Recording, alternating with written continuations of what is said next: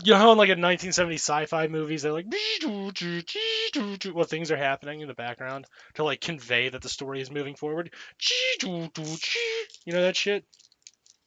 You don't just want to progress the same like Mm, 5 background scenes in loop behind us? Yeah. Well, I'll do that too. Okay, thank God. I was worried. Yeah. And you then we have gotta to do have the that. theremin. You gotta have the theremin for that. I love how Facebook is like, hey sir, there may be extremist content here, and I'm like, "Ugh." Is that what they're labeling our show? Because that's awesome. I don't think they put it on our show yet. Oh my god. I think they're just putting it on groups. Really? Yeah. Bunch of bitches. Oh shit. Let's go. Happy 4th. Happy 4th of July, libertarians. This is your holiday, isn't it? This is Freedom Day. This is the first successful libertarian revolution. That's what we're supposed to be celebrating, right? I'm going to take my medicine right now because of freedom. Take my freedom pill. So good to you. In 1776 and 1789, you bothered to do something. And frankly, after 200, I'm going to pretend to be drunk like a wine mom, like a disappointed parent. And after 200 years, you lazy fucks have just gone back to being monarchists. Good on you. You stupid, lazy, no good goddamn sons of bitches. But the monarchy. But my monarchy. But, but my undue control over economic circumstances. Derpa, derpa, derp. You live in a trailer. But me lords. You have a Confederate flag behind you. You live in northern Minnesota. Okay? Fuck off. You're not like the Arizona libertarians who are just awful and weird. Or the Texas ones. Ugh. Oh, Texas Which are libertarians. which are really just fascists hiding. Yeah. Fascist. Hiding under fucking 10-gallon hats. Can I get fascism without the gangster? Gangsta fascism. Okay, yeah. That's New York shit. I don't want no gangster. I'm going to go ahead and share that on my wall too. And then we're going to get started properly. But that's just me musing over. What the hell is this?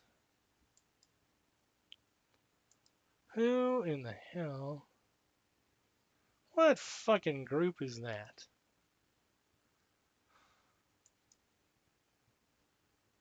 Yeah, I'm going to leave that group. I don't know who that is. Who started that group? Who's in that group? Who is that? What group? Not our group. Well, it's not a cool group. No, it doesn't have you guys. That's the only thing that makes this group cool. Who's in Wow. Plus us. it? Who did this? There are people I blocked in here. Who are these people? Oh, well, I haven't talked to that guy in forever. What the hell is this? Oh, I know what this is. Okay, it's just a spam advertisement. Okay. Yeah, that's gotta go. That shit Oh, is that picture. weak. I we promised this big shout out for freedom, and then it's like, what are you doing? What's Dan doing? He's just fucking around on Facebook. I mean, are you exercising your freedoms? Yes. See, it's a demonstration. Thank you. Thank you, Gangstacleese. I'm so free and gangsta. Yeah. Thank you. And thank you, Cenk Engels, for letting me do what I do while probably looking at hentai porn on your phone. Listen, you don't know me. The bigger the tentacles. The bigger, the thicker the ithalid, the better I become in Sid. Speaking of extremist content, This show's taking a hard curve. Oh yes, very hard. hey sir, you're stuck in here with us. That's true. If you showed up to watch this Yeah. shit fist, oh boy, what boy. You got me there. Yeah. I hope you like freedom. For better or worse. It's just like the tarot cards. When you devoured the fruit of knowledge, your fate was sealed. You stuck yourself with us, and now you're stuck with a dim hope that I don't fuck around and find out. You're free to fuck around and find out. I am. This is how free I am. You ready? Mm, mm, mm. Everybody loves when you blow your nose on mic. Yeah, that's what that was. Yeah, that's what that was. Nose. That was me Your blowing my nose. nose. I got a snot rag now. Trying to clean up. I didn't clean up before the show. I spent too much time singing and talking magic cards.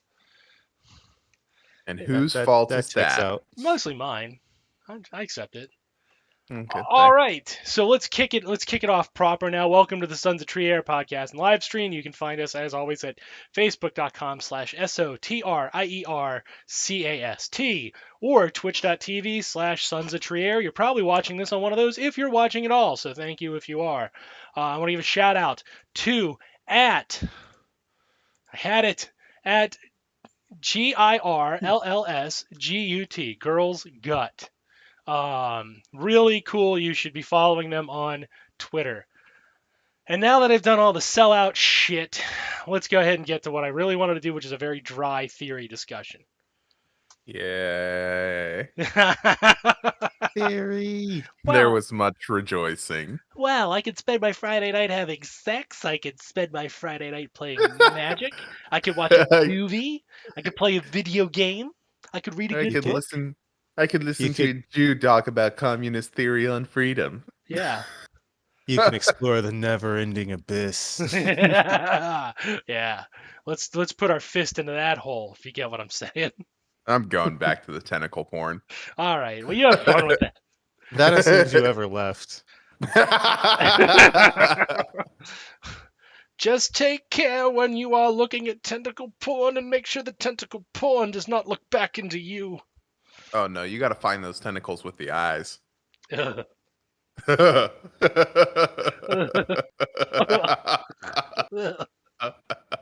Listen, that's freedom, motherfucker. That is. Well, that is what brings us to the table, isn't it? Yes. Ugly bastard tentacles. Freedom. The freedom to love animated women being penetrated by octopus monsters from beyond the stars. You pigs in human clothing. You pig! Oh, hold on. I have it. Let me find it. Yeah. Hit it. You pigs in human clothing! Oh, thank God. I was worried. Oh. You pigs in human clothing! Well, you know what? Actually, it's funny because you said that. Now this becomes true. Okay, this is actually true now because you said that. Good. Then you can die without any regrets. Wait, watch this sequence. Good. Then you can die without any regrets. You pigs in human clothing! That's all from me. Fuck everybody else. All right, so no, seriously. All right. I gotta get my. I don't have my notepad. I should have grabbed my notepad. I'll just use my fucking notes. All right. How do we start on this one? Because we're starting basically on.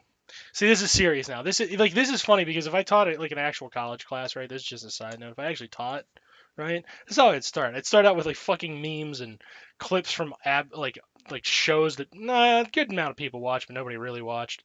And then Naturally. The jokes.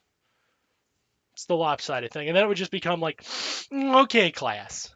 Should I do my real voice? Okay, everybody, please take out your pencils and settle down. We're going to have a discussion on freedom now. Oh, thank God. That'd be a good bit. Yeah. I don't think you actually knew this. This is my real voice. This is my natural speaking. This thing is entirely fake. I don't actually talk. Yeah. This is for the public. You got me convinced. Because let's be real. Who wants to hear this guy coming at them? 6 foot tall. You're That getting You're supposed cadence. to be a Jew boy. you're getting That yeah. cadence, though. Yeah, so what do you mean about my cadence? What's wrong with my cadence? Perfect. Thank you. They can even sing. And they can Stereotypes are only cry. ever true, right, guys? Yep, that's true. Stereotypes are only true when they're true. Or about true horror. About And they're him. always true. What's funny is every stereotype's true about the true horror.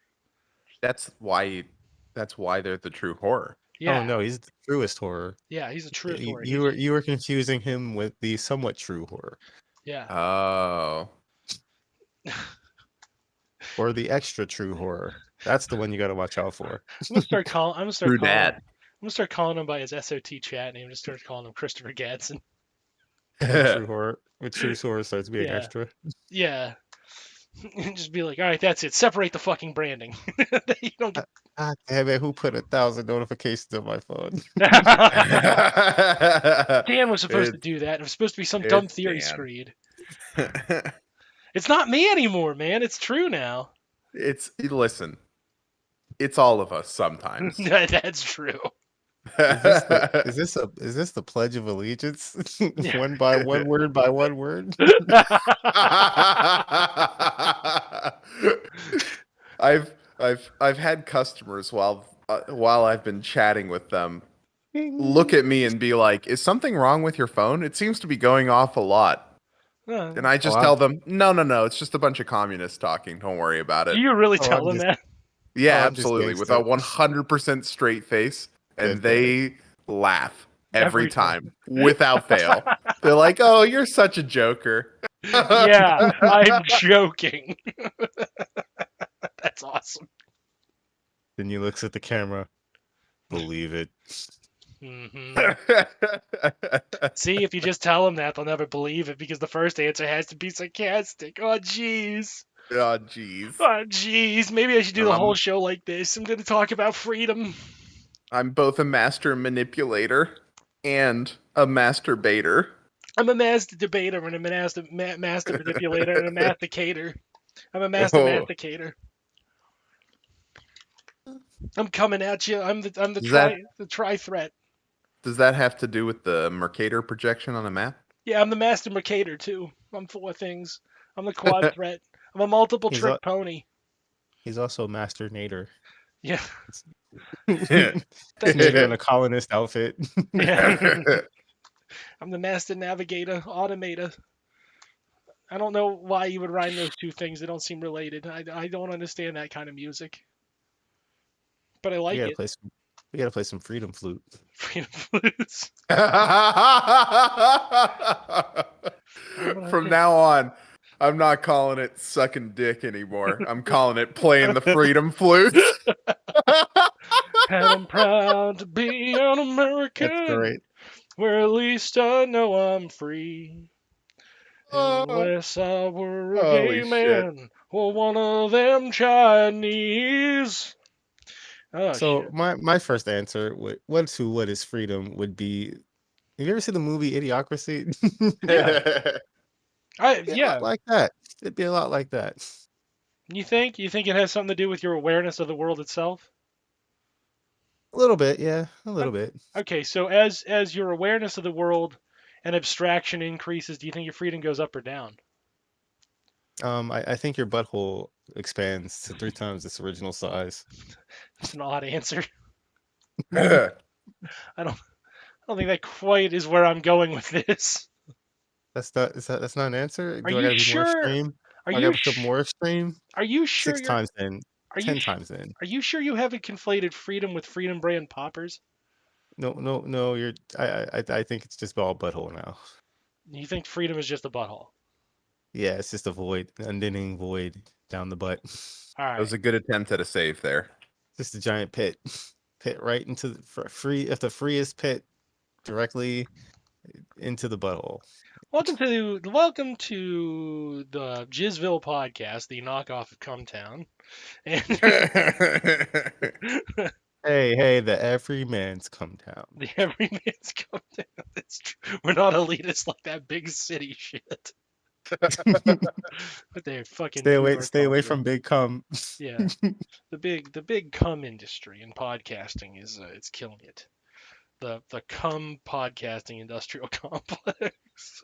We're being demonetized every minute, every second.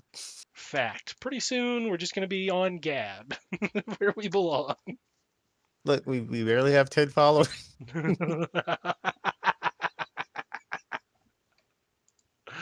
Oh uh, boy. yeah. All right. Become No, the extremist. I'm Become getting the serious. extremist Facebook warned you about. The cum extremist. Jesus Christ. Fuck. Okay. So, woo. All right. The What? black market's free. Well, all right. So what? What I think, if I were to start picking apart freedom, I think I want to start working at what people consider freedom in our society, right? So last time we established freedom to and freedom from.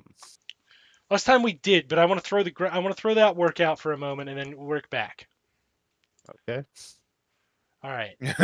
All the Throwing work it we've in the previously trash done. dumpster. Thrown in the trash. Well, I got bad news. Like, we really should have been doing this a long time ago, and I also should have been way more aware of this stuff a long time ago. Because when you Yeah, do well, nobody's perfect. right, that's true. All right. No, perfect, not true. True is perfect. But it Except true. True's yeah, perfect. because he's every A true horror. stereotype. He's a celestial. He's the only Asian on the podcast besides He is John infinity. Sinclair. Well, don't forget the ghost of Elizabeth Warren every time she appears. Yeah. But I eat Chinese food every once in a while. Does that count? No. Yes. Oh. No. It doesn't. It's Schrodinger's Asian. Schrodinger's Asian. Oh man, he uses chopsticks. That's He's actually a spy. that's actually kind of funny because Russians are white until you don't need them to be. Then they're Asian. Right. That's true. Actually, that's really true for a lot of things. I'm technically one of the Schrodinger's Jews. It's a common play they like to pull. Yeah, you're black until you're not. You know what I mean? Watch out for that Schrodingerization. Yeah. No, it's real. It's a type of it's an intentional type of conflationary displacement, so you can increase the number of victims, but then actually decrease who you're talking about to your own specific self. There's the theory. Yeah, it's Mott and Bailey is what you're doing there. You make this really something that sounds really easily defensible, like Jews are victims of hate crimes. But then if you start peeling it back, which Jews are actually victims of hate crimes? Like suddenly it's like, it's all the people that I don't like. So really, it's just me because that one time somebody called me fat, which is not actually an anti-Jewish hate crime. Yeah, that checks out. Yeah. Or it's like somebody didn't sell me a candy bar, or like the Uber guy was mean to me and he didn't thank me for my fucking service to his fucking industry or whatever. Or he didn't bring my food up to my floor properly for me. The 93rd floor. So I got him fired on Twitter. Yeah, I got him fired through Twitter by harassing his fucking employer. That's definitely not a very specific trope that we have recurring for us. Yeah. Get out of my store. Oh, you must be Jews. Yes, this is the correct this is the correct store. It's the Jewish one. What do we do about the question?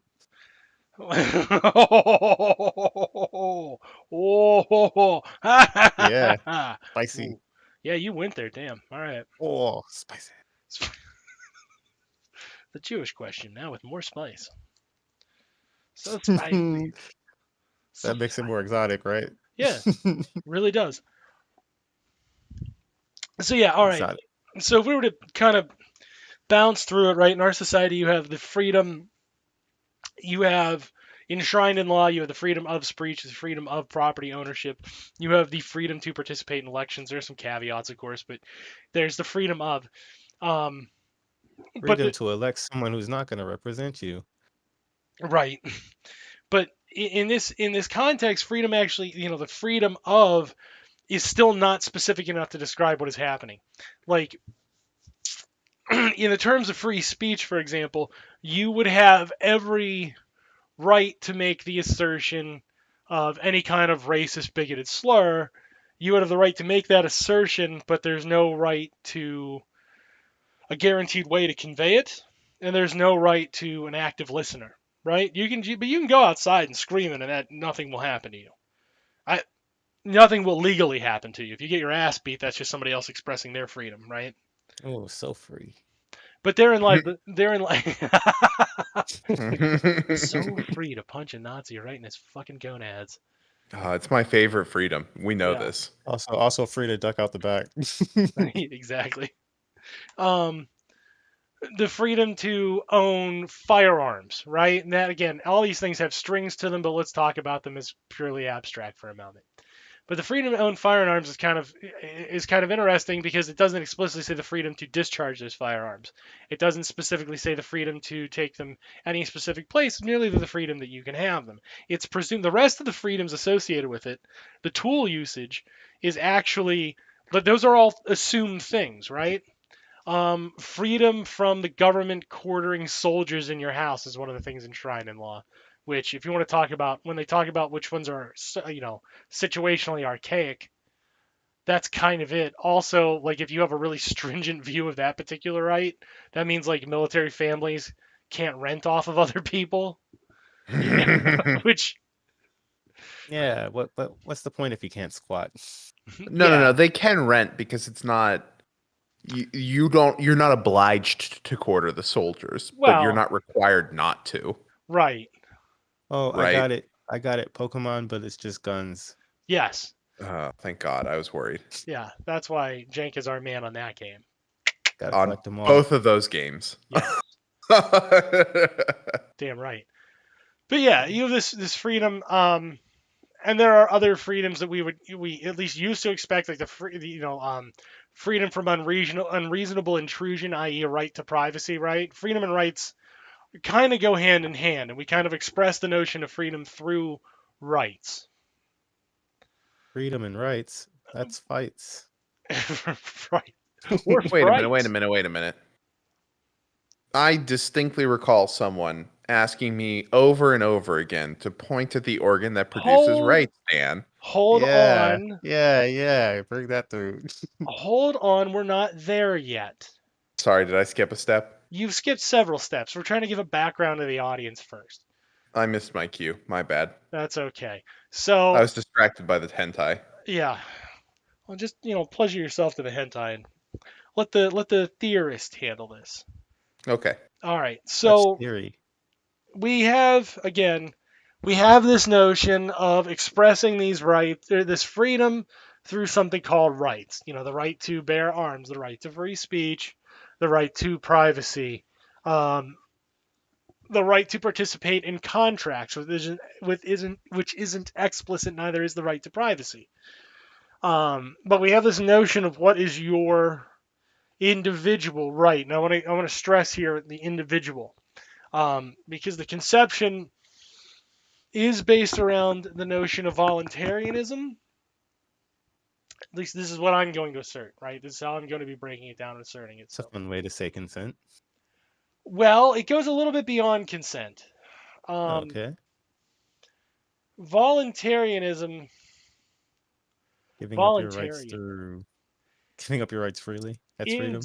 Is kind of this notion that the individual monadic subject, the single unit person, is participating in society of their own free volition, unconstrained from all social relations and social pressures.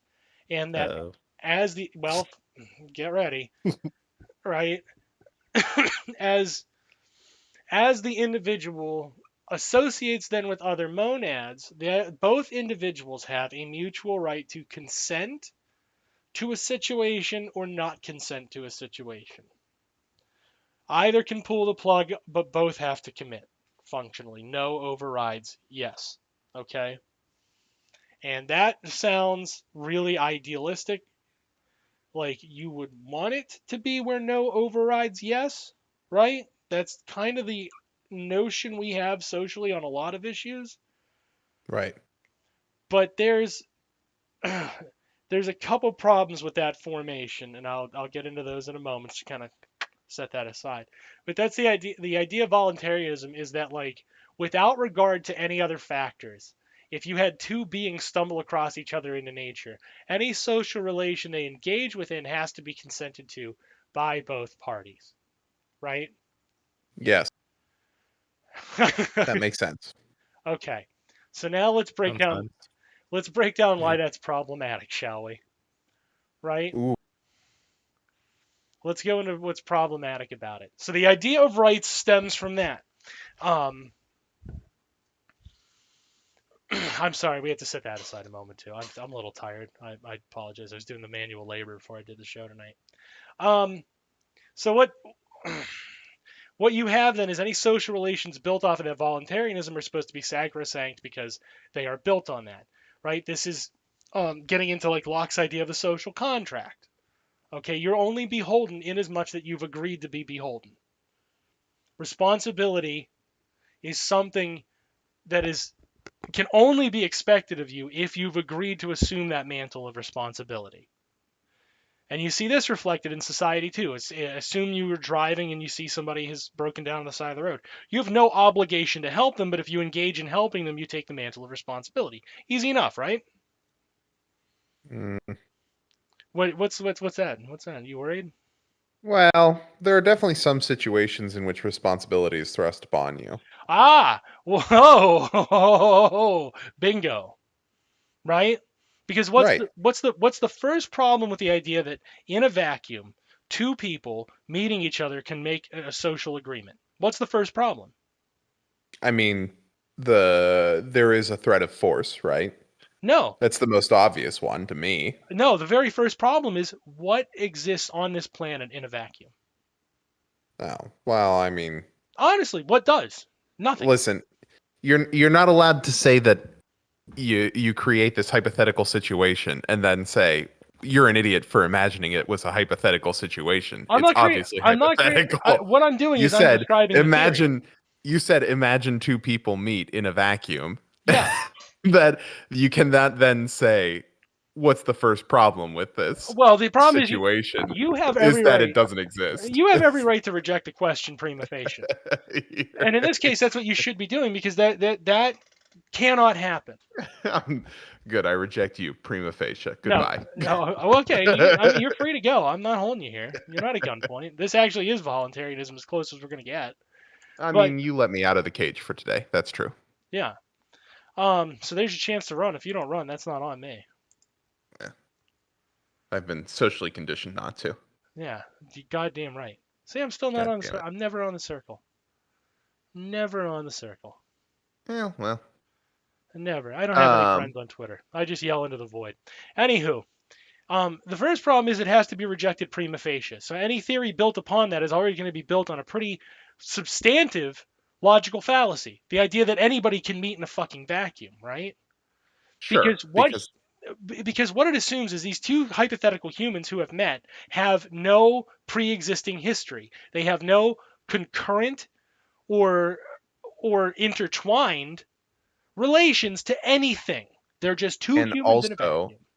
And also that they have no separate histories that would cause them to influence their decision making. Yeah, that's what I mean by concurrent here. They both have their own histories, and then like on top of that, they don't have any kind of intertwined social relations. There's just Would nothing. you say that they immediately make a determination on caste? That will actually process later, but that is another stressor upon it because caste is a social relation where they evaluate. We're talking about my other. caste, right? Not whatever you're probably talking about. I've had these rantings. You've left the recording studio on for the last few weeks. When you're talking about caste or class, either or here, those come through the actual act of engagement because then the participants become aware in this hypothetical, right? The participants will become aware of what class they're involved in.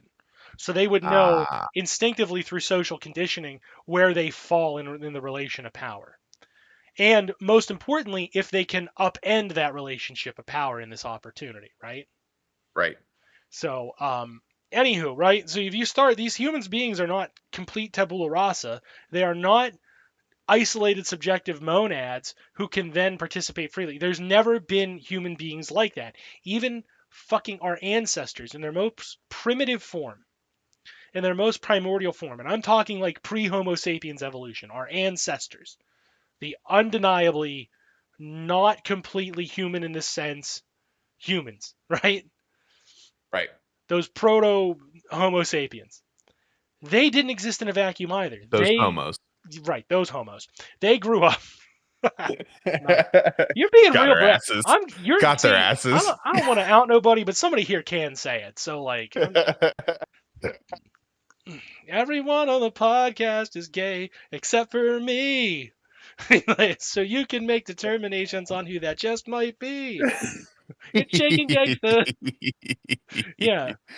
But these people don't like they can't exist like that. So if you're gonna build an entire theory off of that and then make it sacrosanct, like you're making that specific type of relationship which can exist hypothetically or in a non-sentient sense, right? Like two atoms can exist like that. Two actual molecular atoms can exist like that with no prior interactions and interact in and any prior history being functionally irrelevant, and they will react in certain ways, right? We can go to physics and find examples where this could be true, but it cannot be true of actual human subjects.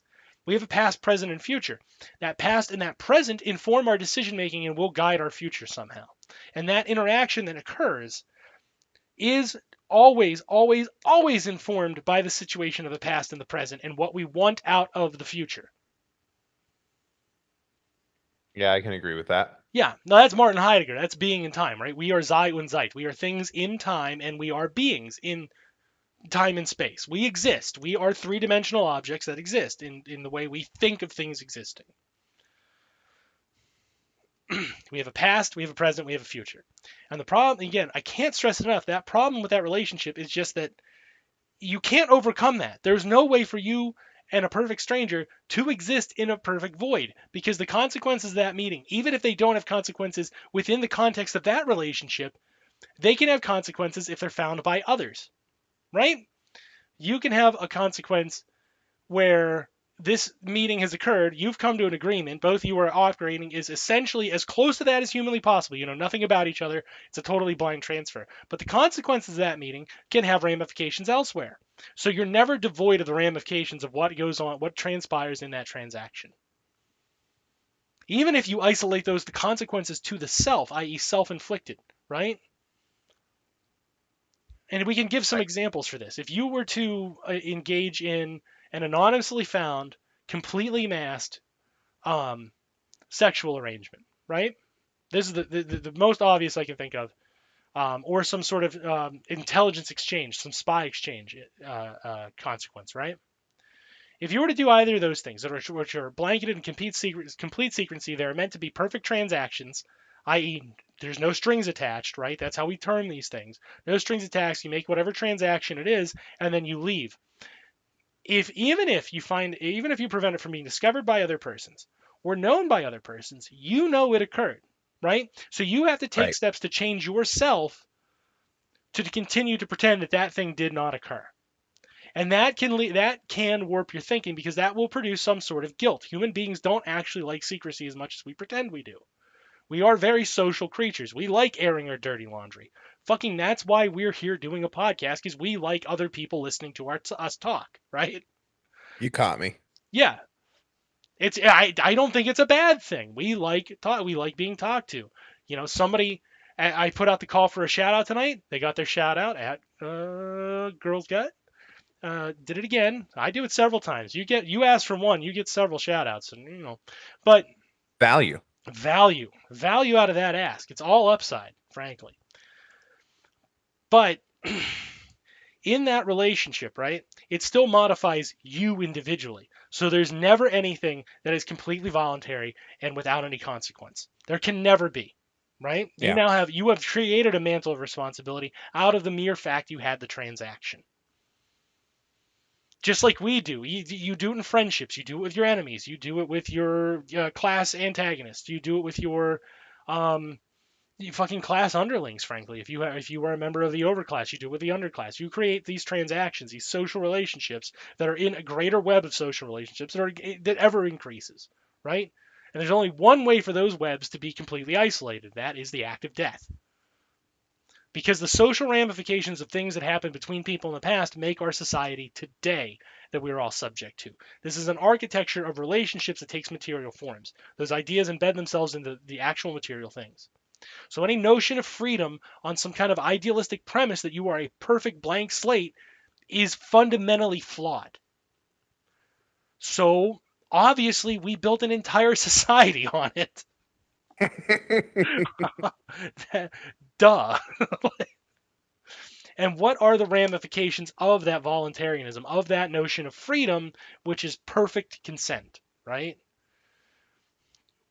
We have, I would argue, this notion of rights then, which is supposed to be the mirror of responsibility. The nature of the relationship is actually a generation of responsibility, but we term that as a right.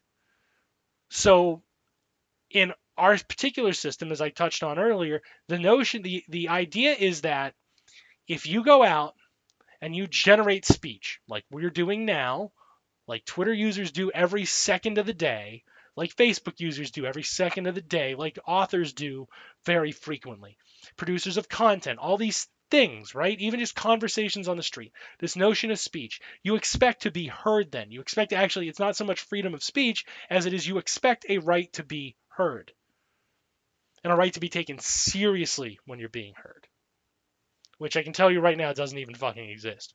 Nobody That's takes definitely it true. Frack, you don't even take me seriously. I mean, I do more so than you suspect.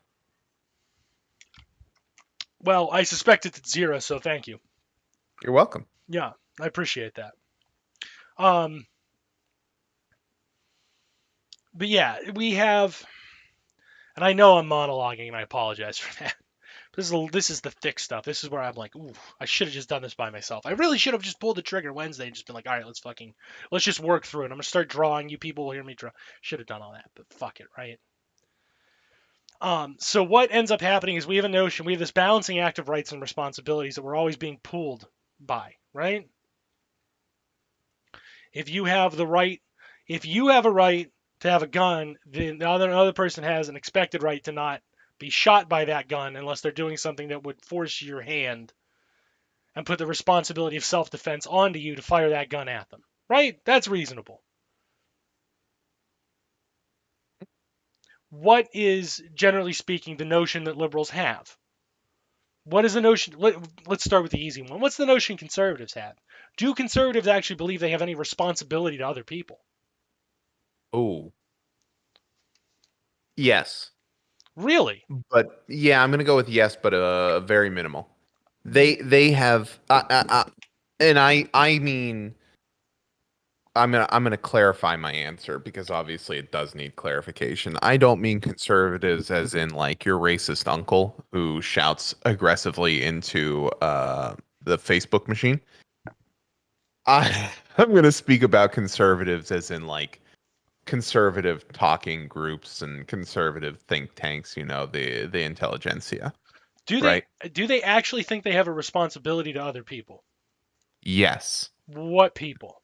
They both tangentially and hang on, both literally and figuratively. They do think that they do.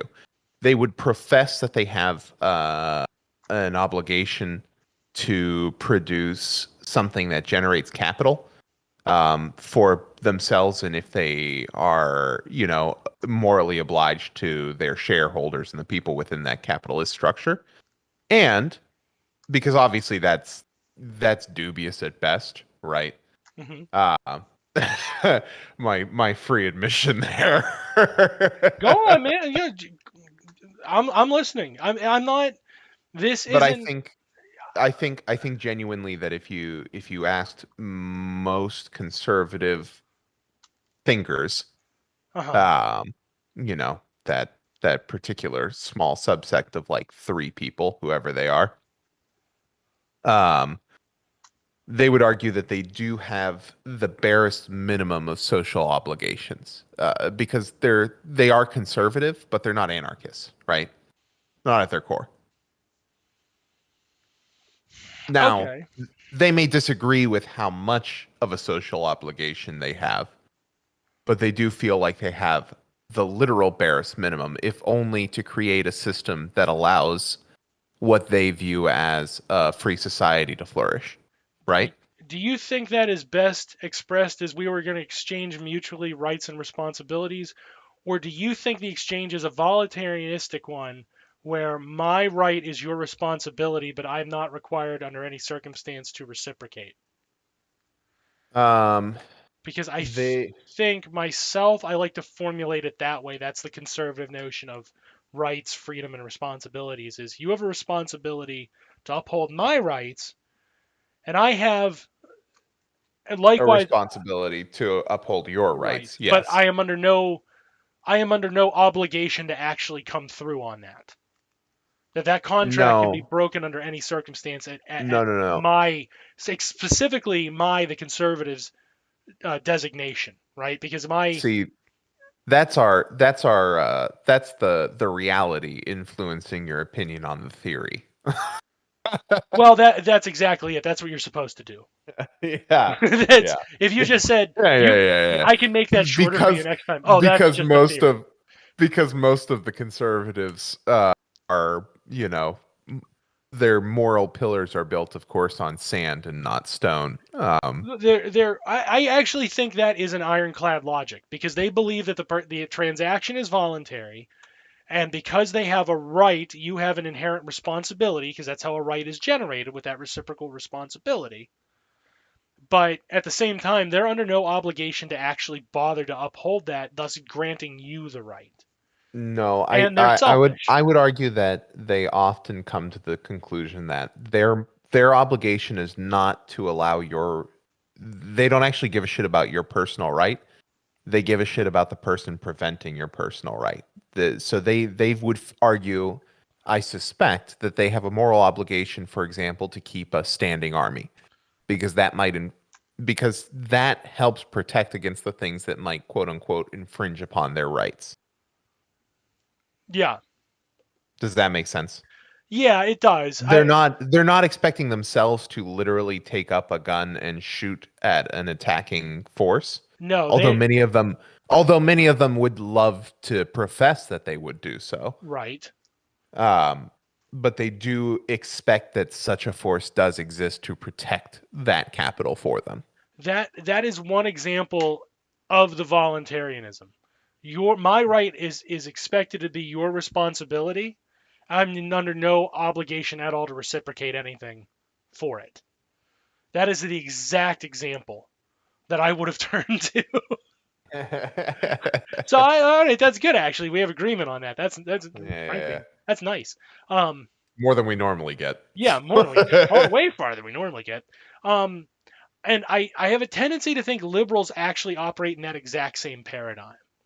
Well, I mean, they are on the same wavelengths as far as things go. It's not like they're fucking aliens and humans. Yeah. Oh man. Oh no, you caught me. I'm not impressed by liberals or conservatives. Yeah, I guess you got my ass this time, Dan. Wasn't really my intent. So let me pitch this to you guys because I have a tendency to reject that, right? Because in that kind of a scenario, freedom is entirely premised on the acquisition of power, right? Like ultimately, because you have to have the power to reject that responsibility. You can't reject any kind of responsibility if you don't have the power to willfully decide what social relationships you're engaging in. If you are forced to engage in these transactions, right? By necessity. If your choice is to do a thing or die, yes, then the choice has already been made for you. Right. There's no notion of freedom there, right? The pitch is false. Right. We see this opinion played out in our society by things like in theory, elicited confessions by police and stuff like that being thrown out. Yeah, well, in actuality, those wages, right? Like these are things that are used as Yeah. a proverbial gun to your head. Listen, I'm trying to pick things that, even someone to my moral right would consider, Well, existent. there's no doubt. If the people to your moral right can make the claim that people don't deserve any kind of social welfare considerations, or there should be absolutely no downward redistribution, then saying that wages or coercion to work are really not that. It really shouldn't. If they take offense to that, they're being dishonest. And I would ask them to just be honest for this purpose, because if I've already told you that, yeah, I know what you believe, and I've already said I believe it's wrong, but I articulated it properly, you have no leg to stand on in your terms of your grievance. Yeah, and actually, now that I'm thinking about it, they also think that too. We literally see this. We literally see this during the week, right? Like, Yeah. whenever people are like, "Well, we need to stop paying such high unemployment insurance because people aren't working." Yeah. Okay, so we need to pay them less to coerce them into working. I got it. Right. So we have to coerce them into working. Yeah, like you believe that. So wages are supposed to be a coercion mechanism to avoid non-employment. And the other threat is, if you don't have wages as a way to threaten people with starvation, they won't do it. Right. I Um, like starving. Right. Well, I just choose to starve to death. I choose to have my lights shut off. They form it as this voluntary action that I have engaged with the electric company in a certain way and refuse to pay them. Not the reality of, I got a job, but they just won't pay me enough money to pay all my bills, and I had to eat. The eating will kill me. The electricity is a nicety at that point, which is a disgusting thought in a modern society. But I don't want to over moralize here, right? I want to get down to what freedom is, or if there even is a freedom. All right, I'm willing to hear this argument because it'll become my next madcap ranting. So let's go. Well, I'm writing things down, motherfucker. Good, write them down. I'm trying to work through it as I go. This is what I do when I'm not talking to you guys, and not just you listening or listening to this later. I mean, like you on the podcast, when I'm not throwing theory screeds about fucking liberals and rich white women at you, which I definitely did today, because representation is still in my craw. But yeah, the notion of freedom we have is the freedom of the capitalist, right? It's the freedom to entirely make all their social relations voluntary with no consequence. Because if you want to reach the apex of that hypothetical human, the closest you can get is something where you have enough actual social power that you make the decisions as to who you negotiate with, and that you maintain that social power in order to ensure that you have no responsibilities and all the rights. It becomes a zero-sum game again. And it is supposed to, I will give voluntarism its due. It is entirely predicated on a non-zero-sum game, right? Because if either of us say no, the game doesn't happen. But if we both say yes, there's an expectation that we both are willing to exchange this such that it's not actually a loss. Any loss I incur was voluntary. I was willing to give that up so that you had a right or something else. So it's not principled on a zero-sum game because it specifically evades the rules of the zero-sum game. We're forced into the game. You're not technically forced in the game, but in a zero-sum game, even if you voluntarily participate in an actual zero-sum game, somebody has to win, somebody has to lose. In voluntarism, it's not predicated upon the idea of loss. It simply is, in actuality, a game of loss. It becomes a zero-sum game when it hits the real world smack in the face, and we see it play out every single day. You participate in that game all the time. And that creates a lot of ideas in people's heads. People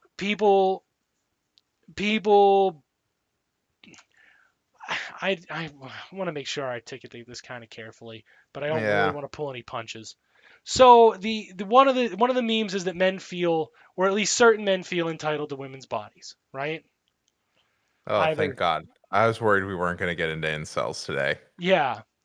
Well, if you build a set of social relations in relation to that incel that you're extracting something, and then in exchange you're supposed to be able to have certain things like a good job, you're supposed to be able to get married, you're supposed to be able to date, you're supposed to be able to fornicate, you're supposed to be able to consume, you're supposed to be able to have some sort of luxury.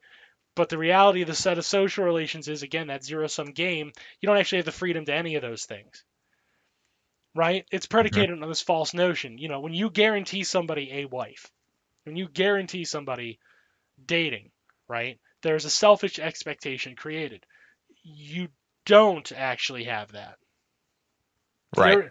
Because there's a second party involved in those decisions. Correct. And they have not pre-agreed to it. When you're making that arrangement with someone about something, some hypothetical other, there's actually a third party involved, a third party observer who had no way to consent or not, right? Right. And that part of voluntarism is upheld, leaving the idea of, in the incel's mind, that they've been screwed out of this relationship, right? This contract. Yeah, they were promised the thing and it did not come through. Right. Which is true, but the person they're mad at is the third party, not the first party who made the false promise. Right. Okay. Yeah. Oh. Okay, keep going. What, you like that? Yeah, I do. I'm writing that down. It's an important thing to note, right? Because that's how we get a lot of our social relations. If we look beyond dating, if we look at the notion of violence, right? If we look at, say, a crime of opportunity, a murder of opportunity, okay? In that scenario, there is a social contract that has clearly been abridged. Obviously, the person dying is let me know true Scotsman this for a moment. Any healthy person will not consent to die to satisfy somebody else's desire to murder, right? Right.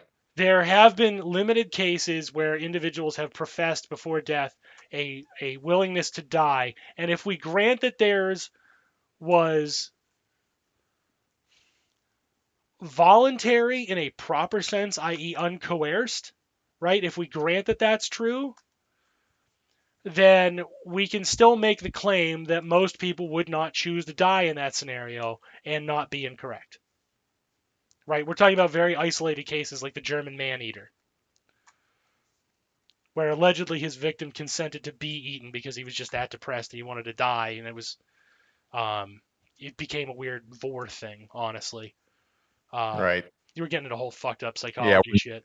Nitpick and move on. Yeah, and honestly, it's speculating. Disregarding strange situations. Right. Disregarding, the normal situation, the normal interaction, the crime of passion, right? One party's not going to consent, the other party is going to consent to it, the murderer, and they're going to engage in that social relation, and somebody's going to die. Most likely, That's why that interaction happens. Thankfully, not that much, but unfortunately it happens, right? So there you have an abrogation of voluntarism, obviously withdrawn consent not being relevant, right? And if you have an ambush killer, you have a situation where consent was the opportunity to consent was never afforded. Yeah, we're getting really weird into theory here, so I apologize, but this is kind of important. So we know that in a voluntary society, which is predicated upon essentially coercion, right? Because the slave doesn't really get a chance to consent to being a slave. Easy enough? Yep. That shouldn't be that dramatic a statement. The slave has no power to consent to their own slavery. That's why they're a slave.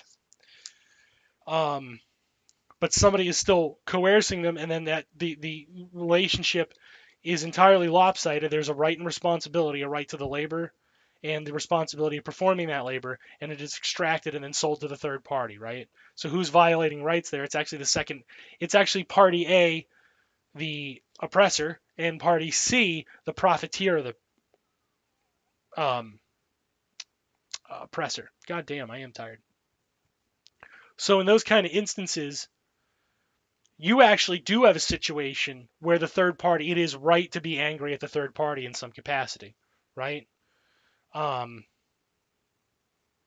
they are not. It is critical to note that in that kind of an exchange, while the third party is certainly benefiting from the slavery, the oppression, right, the negative non-voluntary interaction, it is still not exactly the same as being the active oppressor. And that's something I think we forget a lot, right? How you handle that third party. And we don't really have mechanisms for handling that third party. And we really don't, because how many of us wear clothes in this society, right? Right. All clothing is made through what is close enough to or actually is slave labor. So what do you do about that? If you're deep enough left, you go, there's no ethical consumption under capitalism, and write it off. But there is actually, there's a relationship there that needs to be reconciled in the end, right? Yeah. We're going to have to really reconcile that. And the idea is that, well, if I can tell you the left solution to that one specifically in that kind of a scenario. If you remove the oppressor and you make the relationship of the oppressee now into a voluntary relationship, then the alleviation occurs there, and the third party really doesn't have to do much other than consent that can happen, or deal with the oppressor directly, because the secondary party, the oppressed, cannot, right? That's Right. the way that's supposed to be abrogated, and fine, but you have to. You still have to confront that that's the nature of the relationship. Party A, party B, party C, right? Mm-hmm. There's also situations where parties A and B consent to exchange of rights and responsibilities, but party C doesn't want to be involved. This is we just talked about that with the incels, but there's also in that scenario, obviously, there's a false promise. Now let's go through one where there is a genuine promise. Let's say, I don't know, Exxon and its supply chain decide to falsely claim that they're producing more oil than they actually are. Party That would C is the never public. happen. Right. That certainly didn't happen with Enron. Yeah. To where the detriment is to party C, even though parties A and B are strictly voluntary. They both agreed to it. They're both okay with the rights and responsibilities. In fact, in that instance, in the Enron instance, you had a mutual exchange of rights and responsibilities between Enron and its supply chain and its investors. All those relationships that culminate into A, Enron, and B, the other parties, right? Those are all voluntary relationships, legally upheld, legally obliged, purely consensual. But the problem is they all hurt party C. Right. So in a lot of instances, I would think under liberal democratic capitalism, the notion of freedom, which is derived from voluntarism, is fundamentally flawed to a degree that the way we form these relationships can't continue. And I haven't even gotten into politics yet. How many fucked up situations are there? You and the will of the voters, A, right? You and voting block A, voting block C, and voting D all vote in a certain way for the benefit of voting block B, the actual hardcore ideological supporters of a candidate. Under the agreement that they have to exchange, what's supposed to happen is there is supposed to be a quid pro quo there. That's an exchange, right? There's supposed to be a right and responsibility. You have the right to have the power and draw on the resources of this political position, and in exchange, you're supposed to utilize those. You have a responsibility to that group who has the responsibility of putting you into power, but it can expect some kind of payoff for it. Right? Yeah. Yeah. How many? We voted for you, so we expect you to do what you said. We expect you to do not necessarily what you said to us. Right. What if you said, if you vote for me, you'll at least get this. Let's say the politician was honest and said, I can't do all of it because you're all conflicting, but you each want one thing that doesn't necessarily conflict directly with the other. So A, B, C, and D, I will do these 4 things. Yep. You would each gain something from voting for me. You're guaranteed to gain something. You exchange that can be abrogated, and there's really no repercussions, but there is the down the line notion of an election. But what do liberals do to specifically avoid that consequence? You know the defense. You actually know it by heart. I guarantee when I say it, you'll be like, oh, yeah, duh. Yeah. You know what it is? Hit me with it. Lesser of 2 evils. There it is. So the lesser of 2 evils argument actually gives you the constant right to abrogate any agreements you make on the rights and responsibilities exchange without ever having any consequences for violating those rights and responsibilities. Thank God, I was worried there'd be consequences for my actions. Right. Well, don't worry, there aren't any. And that is the kind of power exchange that liberals tend to want. Conservatives actually do it, but remember, they're predicated on a different set. Assume again, voting blocks A, B, C, and D, where B is the hardcore support of the actual candidate. 100% down the line, in love with the candidate, right? The cult of personality. We'll call Party B the cult of personality, right? We'll call Party B the cult of Prump. Sure, but it doesn't have to be. The K-Hive works, the Buttigieg gang, the Bernicrats, frankly. Sure. This works for all of them. If you are Party B, the hardcore cult of personality where the individual can do no wrong, and the right and responsibility is you continue to be that individual, right? Which is a pretty fucking low bar.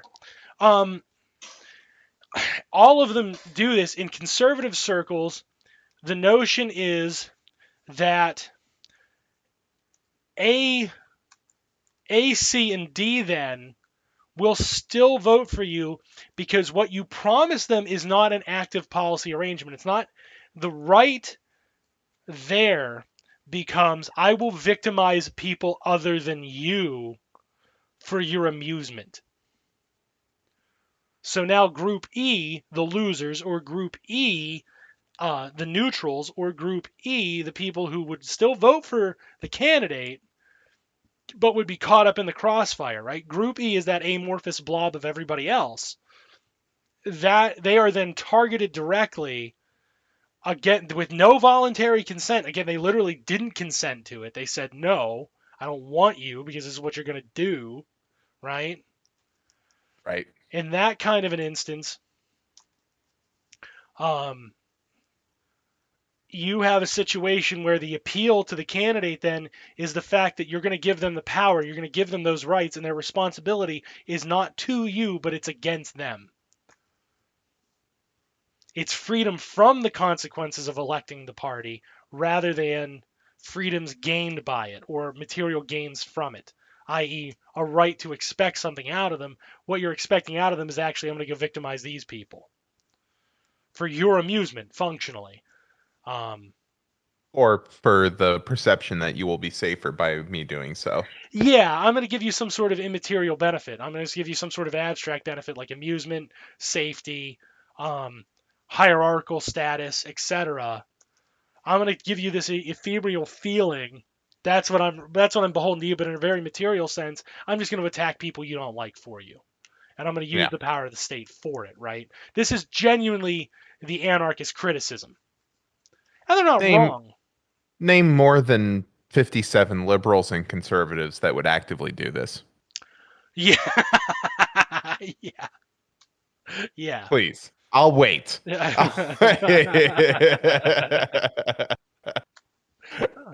don't know if I can do it off the top of my head, but let me get a list. Let me go get the list. let me go. Just hang on. I got to Google current Congress members. Yeah. House of Representatives. House of Representatives. Let me go through them. So you have all these. Voluntarism then really loses. I can't stress it enough. I want to go back to this point because you really have to hammer it home. It is a shit way to organize. It is a shit way to organize society around because it assumes there's this ephemeral free quality that really doesn't hold up, right, in the exchange. All right, Dan. Give me a better way to organize society then. Give you a better way. Okay, so this is where I'm unfinished, so we're going to do it live then, are we? Fuck it, we'll do it live. All right, we'll go long. Fuck it. I like streaming anyway. Gangsta, if you're wanting to duck out due to sleep depravity, you can, because I know you've been sitting here listening like a good boy. And also have work in the morning. Yeah. I bet he's asleep. He might be. I bet he was like, the butthole zinger was waiting for an opening and then he just fell asleep. Remember when he did that the other time? Oh, I mean, let's face it, I've done it. Yeah, you've done it. He's done it. I love when that happens. It is funny. You guys can't hear me? No, I can hear you now. Oh, well, that's great. Have you been talking that whole time? Yeah, I've been commenting and everything. No shit. I thought you guys could hear me. No, we weren't just blowing you off. I was like, well, he's not responding. I'm just not gonna. Since this Oh is man, I had some good ones too. Like you was talking about stuff, and I was like, yeah, the freedom to colonize, and then you did it, and I was like, oh yay. yeah. Well, that's it. And then you were talking about how they take the history out of it, and I'm like, oh yeah, they love taking the context out because there would be maybe a critical, theory there that's needed. Maybe something about race. I had some zingers. I was going in, God and you damn. didn't hear me. No, I swear to God, we didn't hear you this whole time. That's why I was like, I thought you fell asleep. No, I think my mic pulled out just like a little bit. The little pull, Oh, it little pulled me. fucking A. All right, Oh man. let's keep going, right? Let's start with Okay, I'll have to be extra spicy then. go for it. All right, so the ideal society. This is the demand then. I have to come up with a better solution than voluntarism. Yeah. All right. You don't want to be all negative here. Let's start then with the idea of the monad, and let's contrast it with the idea of the body with organs. Let's do that because that's where I would start. That's my ethics. Their ethics were free exchange. I can only do what I know. With a perfect sphere in a back in a vacuum. Yeah. Well, look again. It holds up on paper. The problem is we don't live on paper. Literally. No. My God, this deck mulligans for shit. Okay. Yeah, I even beat you to the punch on the oh yeah, they have to be dead. Right. Yeah. That's obviously where that was going. Oh yeah. No, it's fucking No like. context. That's the only way. All right, got my ass. Damn, dude. I I didn't pull your microphone out. Literally, I can't. I'm over here. You're over there. don't know. Maybe. You're 6 hours away. I can't pull your mic out from here. It's not six. I mean, maybe you've got The Shining. It is 6 hours. We can get there faster. I mean, if you go over the speed limits, yeah. Those are suggestions. Okay. Well, voluntarism, right? Well, Voluntarism. That's the gangsterist way to do it. I cannot say that word. I fucking voluntarism. Voluntarism. Voluntarism. Yeah, that's probably work. I'm gonna call it voluntarism just because it's easier for me to say, but not much. That's a very weird word. I cannot say it. Damn. And I'm nitpicky about how people pronounce things. Moving on. All right. So if you follow the voluntary model, see how I bypass it? If you follow that model, right, the individual is a free-wielding monad with absolutely zero responsibility. We can't predicate it upon that. We have to start from materialism. What is a human being? A human being starts being birthed into the world through a biological female. It's entirely coded for the purposes of reproduction. If you decide to make that a gender attack, that was your fault. Now, I'm not talking gender here. This is actual strict biology. That's how humans born. Okay. They have the biological set of organs to carry a child to term. They have a biological set to shit them out, and they shit them out successfully. They don't actually shit them out. That's how a baby is born, shitting out. Yeah, we're all birthed from our mother's asshole, so calm down. But I am serious about it. If I get disingenuous attacks later about, excuse me, a man can give birth, I didn't say shit about gender. Go fuck yourself. Okay? And you weren't victimized by hearing about the idea that a vagina is associated with the biological act of reproduction and birth. You weren't. So settle the fuck down. There's nothing to do with it. Okay? From the strict biological standpoint, a human being is born in that manner. Right? They're birthed from a womb. At the moment of birth, and let's assume these interactions go right. Okay? That's a different set of problems once you have the model down to solve. That's not fair to be like, oh, what if they're abandoned in the woods? Well, then they fucking die, right? Yeah. Okay. So, in that scenario, the human being is born into a set of social relations already. They are the child of at least one active parent. And for this purposes, we'll say the biological male, the seeding party, is conjoined in some social relationship with the seeded party, that party that gives birth. So they're born into that social relationship and that set of dynamics. We'll say for the sake of argument, they have an older sibling. All right. So again, a complex set of intertwined social relationships. There is some sort of agent assisting in that birth that is a third party, right? That can be anything from like a midwife, a birthing coach, to an actual doctor.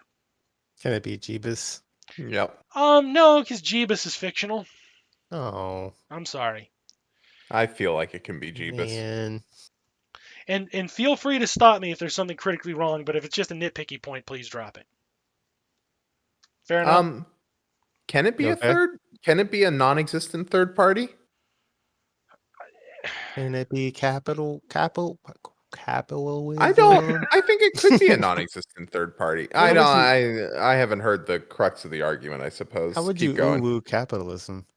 Capitalism. Communism? Is it communism? Capitalism. That's how you do that. Capito. Oh, okay. That's perfect. You put in a pedo. Okay. Yeah, capitalism. Capitalism. Yeah. He's hitting all of his favorite Jeffreys. There's one I've missed. There's one reference I've missed. All right, so Now we got the greatest hits. now you're gonna try to eke it out of me, aren't you? Do you know that one at least? Do you know who I haven't referenced yet? Aid Red. No. Close. No. Trudeau's blackface. No, although that's in the wheelhouse. All right, I'm not going to actually tell you if you guess it. You'll have to figure that out yourselves. You know me. Okay. And I actually already did one. Funny enough, I did one, and I haven't mentioned the person yet. So keep your eye on it. Damn, Jeffrey Hitler. Hitlerstein. Jeffrey Hitlerstein. The final solution is for me to rape all the Jewish girls. We're gonna put them in a camp. We're going to put them in a camp. In the shower. And then they're going to give hand jobs. It's going to be a glitter Day and shower. night. And then I'm going to go into the shower and get massages. You sure about that, Hitler? Is that going to bring about the Third Reich? Shut up! It sounds like you want to be in the camp. I would feel bad about comparing a fellow Jewish man, to Adolf Hitler. But I want to counterpoint with this. I'm not a billionaire pedophile, and he was, so I don't feel that bad about it in the end. There it was. How'd you like that? Ooh, that was a Hitler in a Hitler. Hitlerception. Hey. Now we've hit all the notes. Can I continue? Yes, please. All right, so the human being is born in this complex set of social relationships already. The human being grows up and interacts with other people. We'll call that a social circle, right? A friend circle, as well as an extended family circle. At some point of rite of passing, in our society, it's a legal right. It doesn't really. It's just it's a timer functionally in our society, but in other societies, there's an act you have to do. You have to be mitzvahed in the Jewish society. You have to undergo certain trials in indigenous communities and so on, right? They undergo some sort of rite of passage into adulthood. At that point, their set of social relationships include religious ones, they include economic, they include purely social, cultural relationships, and political relationships. They have some sort of drive to power, okay? Whatever their appropriate role of power is. So, what we have to build upon, I think, is some sort of mutualized notion of rights and responsibilities where the stressor is actually on the responsibility from you and to you. I think focusing on the right, as we do currently under the term voluntarism or voluntarism, is a selfish formation of society where you're not expected to live for the other and the other isn't expected to live for you. That's one where you're expected to live for the self and the acquisition of power for the self, right? That's a Nietzschean society at best. And that really is the best case. Everything else after that, we know how bad that is. We've seen it. And there has to be some sort of responsibility to all these complex social relationships, and then the abstract social relationship, the people beyond your immediate society and your immediate circles. There has to be some sort of responsibility to those individuals. And likewise, even though you and a person, for example, I'm in Pennsylvania. I've never actively met a person in Idaho. But there's a set of responsibilities that I and that person in Idaho ought to share in the overall context of the society we both participate within. Right. You both agreed to a social contract. Not necessarily. I wouldn't term it as a social contract, because the social contract is a guarantee of rights. And the rights have to be secondary in my formation of freedom. And that is because without the fulfillment of mutual responsibility, freedom can't actually exist. I don't know if it's still the appropriate word, but what you're conceiving of as freedom is in the ability to do things, right? I have to be able to expect in a horizontal scenario. What's that? That's the you need other people to be free argument, right? Yeah, it's akin to that. Yeah. The only way you can be free is with other people, but you're bound into a web of social responsibility as a result. So I don't even know if I've said it before, I don't know if I like focusing on the term freedom so much, but if we're going to use that articulation, and I don't have a better one right this second, I am doing this off the cuff, right? And who is in charge of that social responsibility? Well, that has to be decided, doesn't Right. it? There has to be a Let mechanism to decide that. Let me you ask can you force something that. that's You can picking totally at the force back of my that. brain. It'd still be free. You want to take a second to process that? Well, let me take a second do. to pick at something in the back of my brain here. Is Jeff Bezos free? Yes. Yes. Yeah. So there is a point. There is an upward point where you can just be free. He is as close to the hypothetical as you can humanly get. He has an excess of wealth, and he has the ability to control others in such a way that his will can be exerted almost as he would desire it. To the point where he's fucking dicking around with the entire universe in space. At least the local sphere of space around the entire planet, which is comprised of more than 7 billion living beings, and that's just the allegedly sentient species, right? Yeah. So not to count the other microorganisms on the planet. And just to sort of hit the greatest hits here as we go down, right? Is Uh-huh. Bill Gates free? Is Warren Buffett free? Obviously, yes. So financially, if you hit a point where you could feasibly economically just cease to do anything that you didn't want to do, that is effectively freedom. That is one way to acquire that freedom. That in our society is the way to acquire that freedom. To have made so many positive exchanges within the framework of the massive zero-sum game we're all forced to participate in that is capitalist society, which is, by the way, that's exactly why, if you think about it like a tournament bracket, that's how society functions. As somebody wins an exchange, somebody else has to lose, and they get bumped down a rung. So they have to fight somebody lower than them, and they can win or lose. They can be knocked down again. In this case, these people have won upwards so high that they are functionally able to exert their will over everybody below them. And I know this becomes sort of nitpicky, but it's helping me form my conception of it, right? So it's not just me being a dick. I understand. Is a middle manager making $200,000 a year free? He has more freedom than somebody who's below him on the chain and less than somebody higher than him. Okay. Is black people free? No. Without a doubt, the answer to that question is no. I mean, under all of our conceptions here. I don't know if I like the phrase "are black people free." Can we be more specific, actually? Like, can you actually do the identity breakdown? Because as you add markers to that, are black people free to worship the rich black people who represent us? Okay. Well, Jay-Z is not black anymore. He's OJ. No, he's still black. He just turns into money, black money. But Jay-Z has a level of freedom relative to other black people that makes him freer than other black people. Jay-Z said it in Story of OJ. He's not black. He's OJ. Yeah. Okay. Well, we blow J. Blow J. Blow J. Blow. That's our word of the day. Blow. No, and I mean, if you were to take a specific black individual, you could pretty much rate their freedom or not. Like the three of us are not very free, right? And not, only one of us is black, but we're still all not very free. But I thought all black people was their identity. Don't worry. What's so your does race, the KKK. sir? All black people. That's my race. I am the embodiment of black. Just like every individual black American, I am all black people across the world in perpetuity. It's all in me. Well, that's another thing, isn't it? Though the voluntarism on that is essentially black political leaders have agreed to speak for all black people, right? ABP.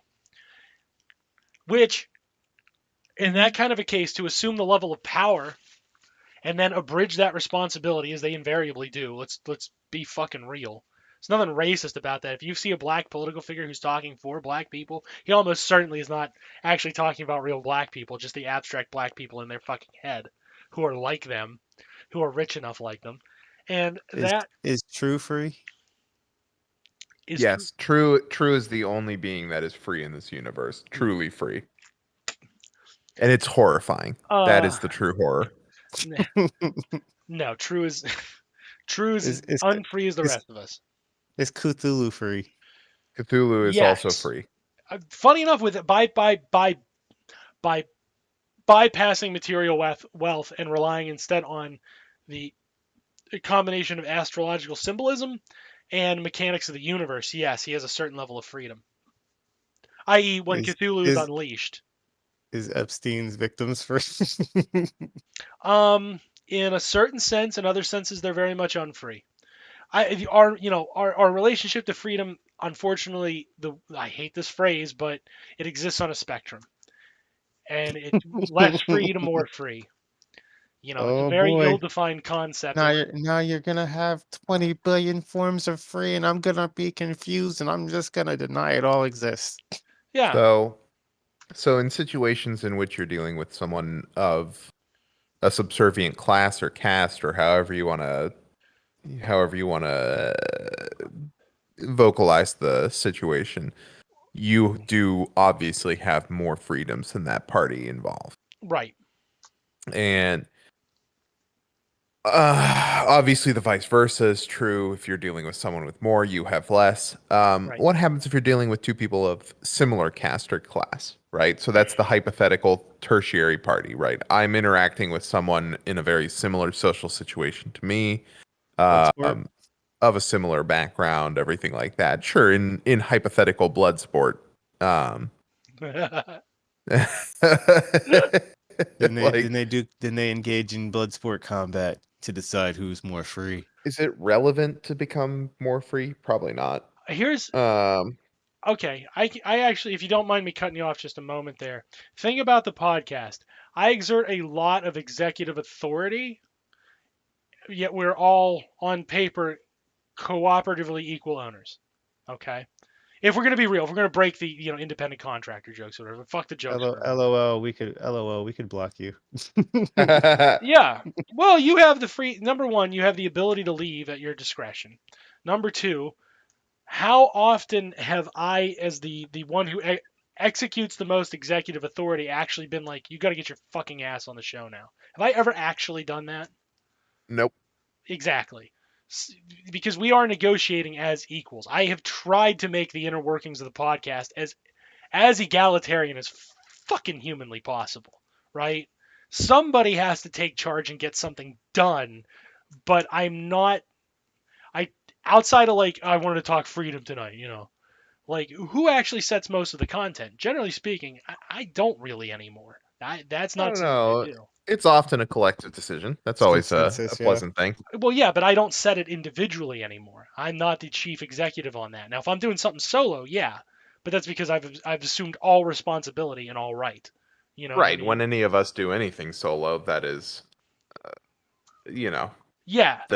That's both the punishment and the pleasure of it. Right. If you're going to talk in utilitarian terms, sure. So if you think about our dynamic within the show, like even now, we were ribbing Gangstacleese a little bit, but it was like, do we need to, like, what's the background thought? Do we need to, like, call him and be like, hey, man, do you just want to jump off, or what do you want to do? Do we need to have a sidebar moment? No, I just didn't know my mic.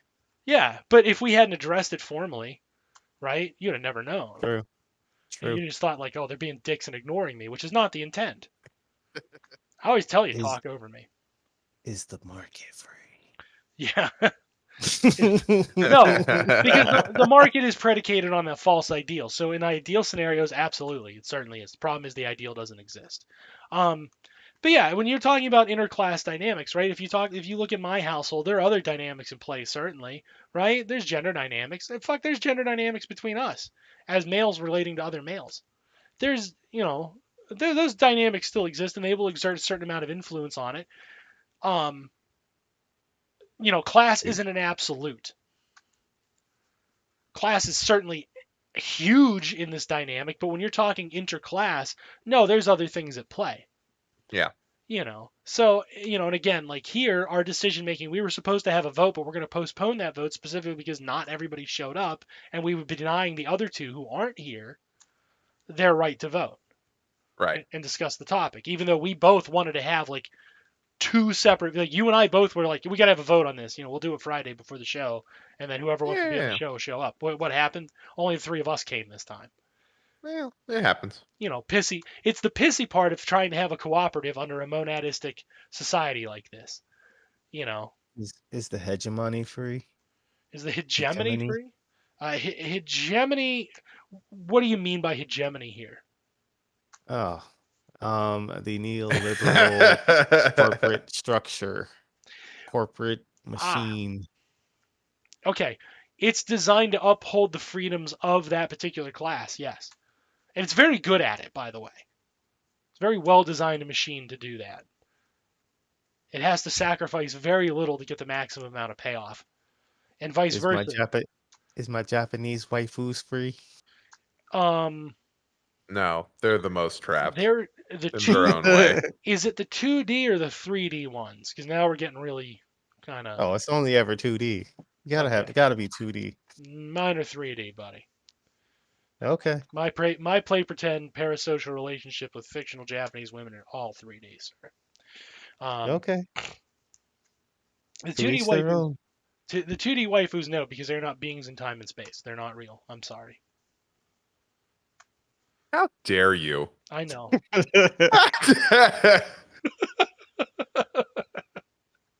Legitimate question. You pigs in human clothes.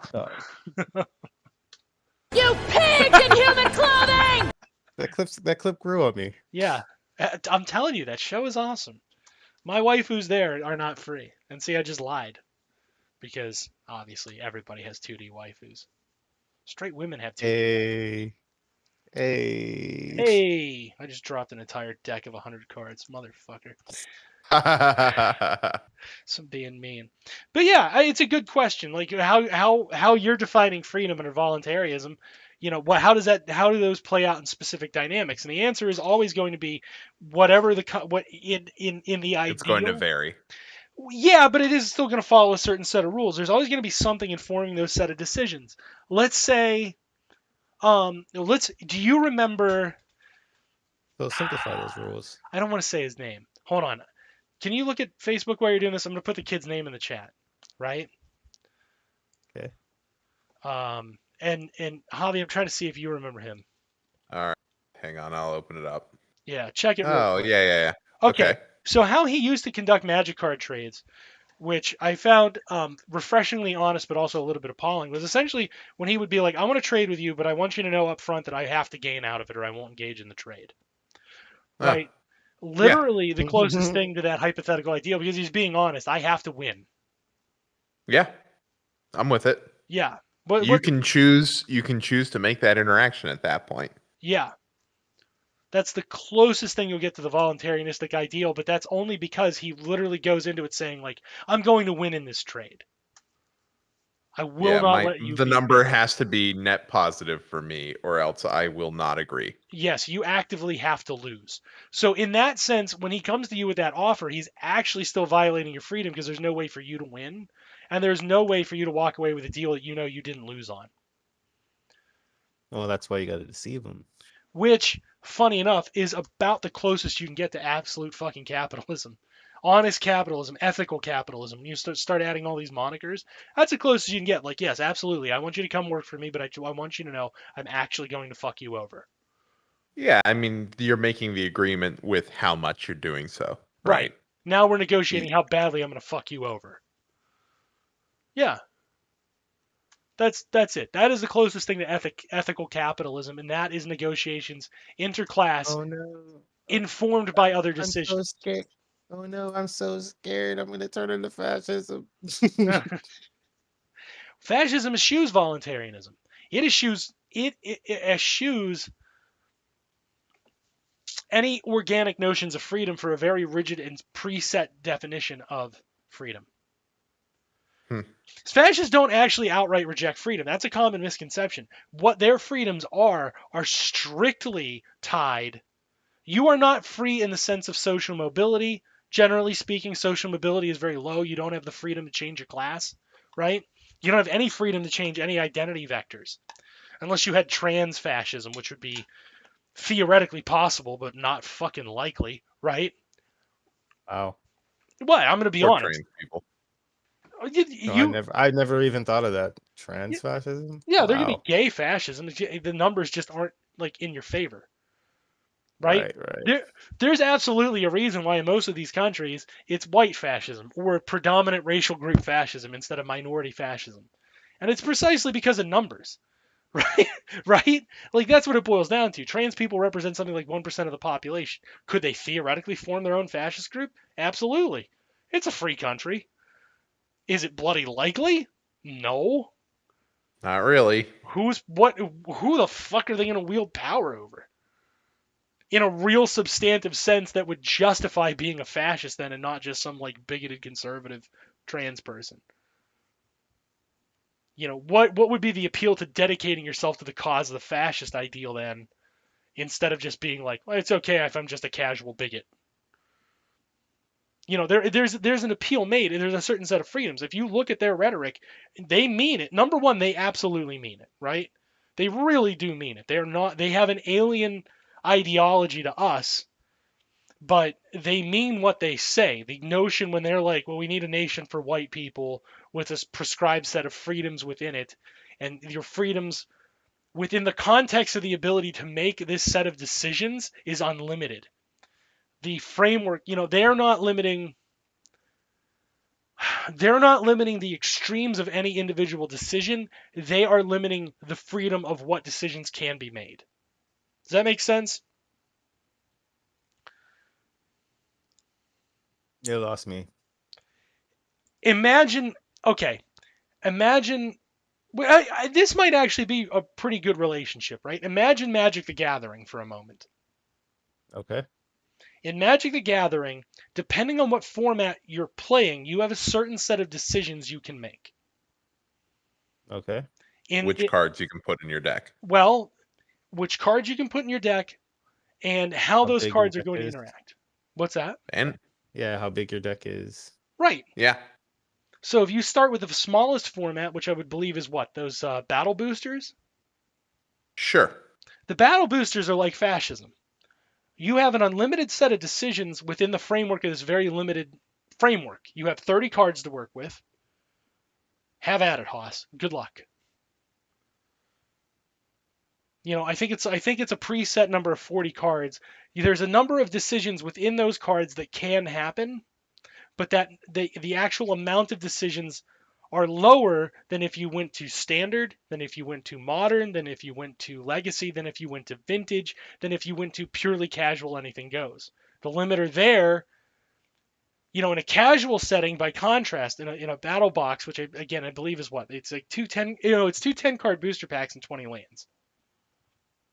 Something like that. It's a preset game. You and your opponent each have two packs of cards which are randomized but have a certain set of decisions within that randomization. So even though it's a Schrodinger's problem, it doesn't really matter. It's kind of like real life. If you take two random people together, the number of actual decisions you can make is very low, but within the framework of those decisions, you can make a lot of decisions. If you want to think about it another way, imagine the limiters to a set of decisions are a horizontal line, and the types of decisions are a vertical line. You have a lot of horizontal decisions you can make in fascism, but the vertical line is very, very small. It's a very narrow band of the types of decisions you can make. And if you were to start listing them, there's a point where it goes over that line, and no, you don't get to make that. You don't get to make that. You don't get to make that. And as your class raises, yeah, that bar goes up, but even then, those members of that class don't have the unlimited freedom, right? Capitalism works in, horrifyingly enough, the exact same way. What we three can do when we decide to talk about on a podcast, we're very narrowly limited. We know it has to be podcast quality. But within that framework, how many subjects, how many decisions can we actually make of what to talk about? And what comes It's flying out of our near mouth? infinite. It's near infinite, right? Yeah.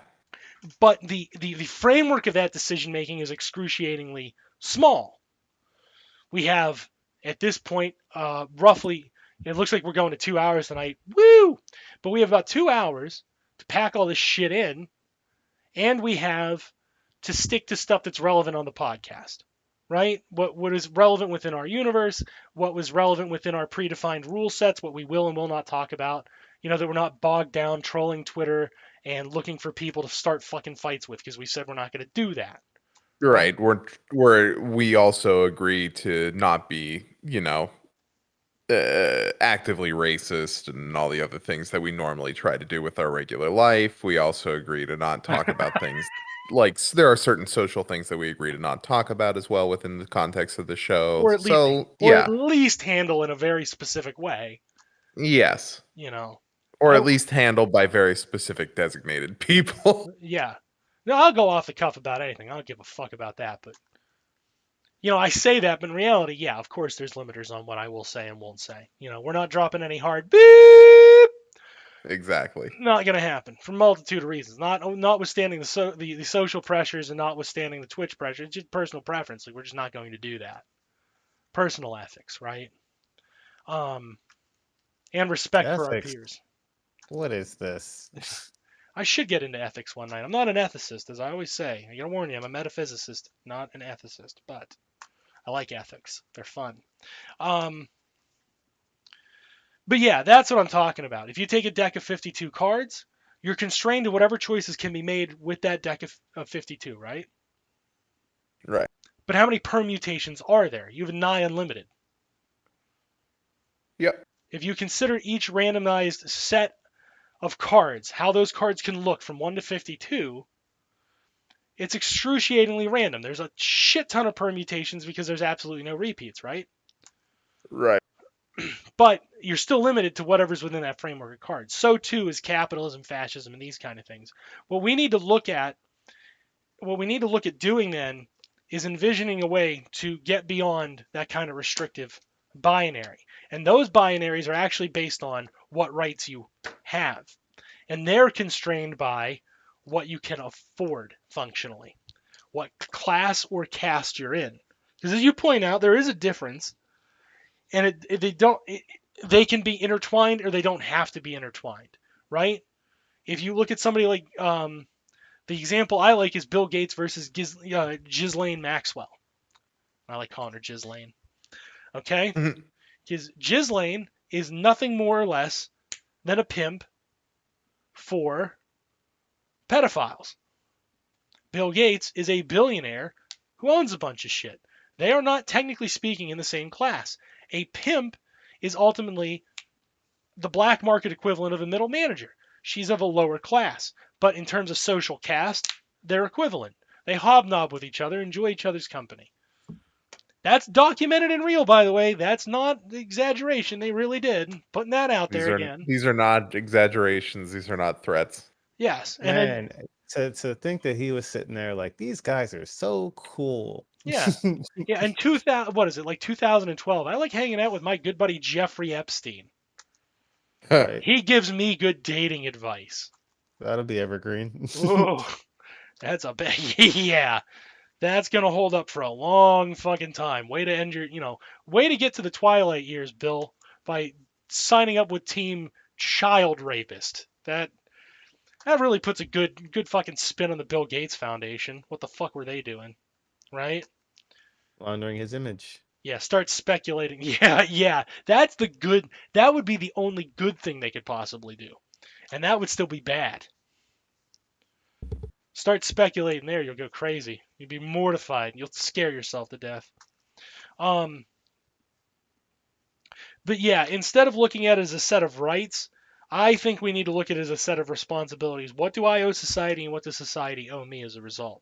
And I know that initially sounds anti-positivist, which is something we socialists are often accused of being, very negative people, right? But let's take the community I identify most heavily with is actually the disability community. Okay. The whole Jew thing with me, depending on what Jew I'm talking to, I'm either a Jew or not. I'm Schrodinger's Jew to these people. So, not a good feeling. I talk with John, I'm in a perfectly comfortable space. I talk to a couple of Facebook. You guys are so negative. But there's a boot on my neck. Right. Well, it's easy to be negative. You got a boot in your neck. You got to think vengefully, right? But let me give a positive assertion as an explanation. And Cenk, bear with me on it because I think you'll see what I'm talking about once I do the thing, right? I'm listening. I appreciate it. And I think you and I, Gangstacleese, have already talked about this in private and come to concession, so I don't think this will be a shocker for you either. But okay. I don't expect you to be. I expect you to just be like at the end of it, you're like, yeah, So let's see. I do that. Well, not in the sense that you'll have anything to contest, more like, oh yeah, you're right, that is the positive formation of it instead of the negative formation like we have under liberalism. So let's take a disability under liberalism, and you know who I'm going to go to, right? Our good friend from Spoontown. Oh. So the way Spoonie would articulate being disabled is that, number one, society is perpetually and unfairly shitting on the disabled. Probably true, right? Probably. What is positivist about that? That's a pretty fucking negative statement overall, right? Yeah, absolutely. Number two, what she contends with a lot of the time is that disabled people need to really focus on themselves. Now, does that build a positive society, or is that actually quite negative and alienating of the self? Self-imposed alienation, right? I would argue it's self-imposed alienation. Spoonie often responds with her own trauma, which is the psychological buzzword that I fucking loathe, as a point of focus. You should relate to her through her trauma specifically. Even if she doesn't want you to do that, the amount of trauma she talks about all the time, you have to relate to her through that means. And focusing on the negatives, right? That is actually very alienating to keep reminding people of that. That's true. She tells you to focus on your own care, right? She wants you to focus on yourself and how to care for yourself a lot. Which, to be fair, take your fucking meds. I don't necessarily agree with that. Yeah, definitely take your meds. Definitely take your damn meds. But that's not how she articulates it. She articulates it as, well, if you don't feel that you can, you can't get up and take your meds. It just is what it is, right? That's a fatalistic quality. That's a fatalism into a worse quality of life than going, you know what? Take your fucking meds. You'll feel better. Yeah. And if you cannot find a way to do so. Right? Now, what does she come to next? Your favorite example. Other people owe me. Right? Other people owe me. That Uber driver that she fucking got fired? Right. When she celebrated other people engaging in the exact same malicious behavior? Other people owe you. And the corollary to that is exactly what the conservatives postulate, isn't it? I don't owe them shit. To assert myself means I don't owe you shit, but you owe me. That's considered, under liberalism, the positive formation, the healthy and assertive formation of identity.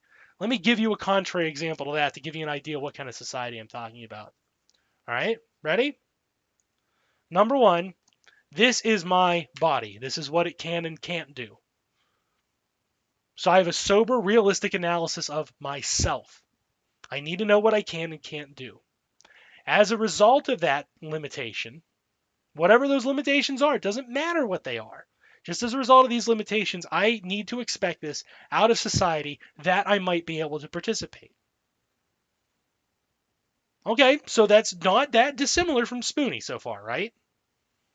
Yep. The articulation of the point is different, but the overall point that society has to accommodate my existence is not that different.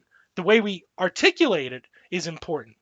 Hers is you fucking owe me. Mine is I have every right to expect this out of society. Society has this responsibility to me.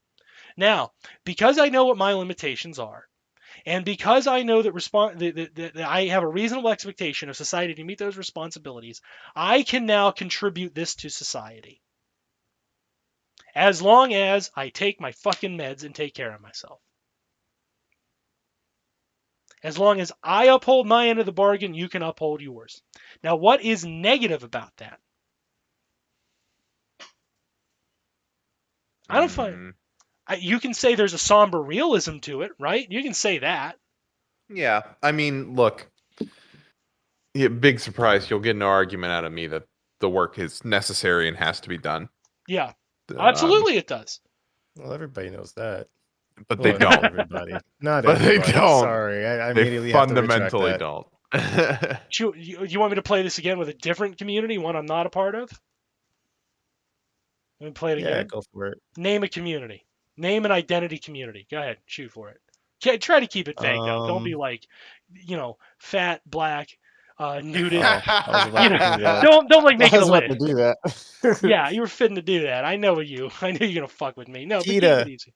PETA. Fuck PETA. PETA's a CIA. Yeah, fuck Fuck PETA. 'em. PETA's a Okay. CIA op. Give me a real one, honestly. Let's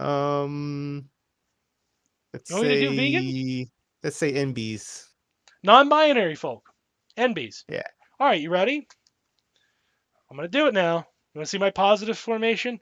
This is my body. This is what it is and does. As a result of that, I need certain things from society.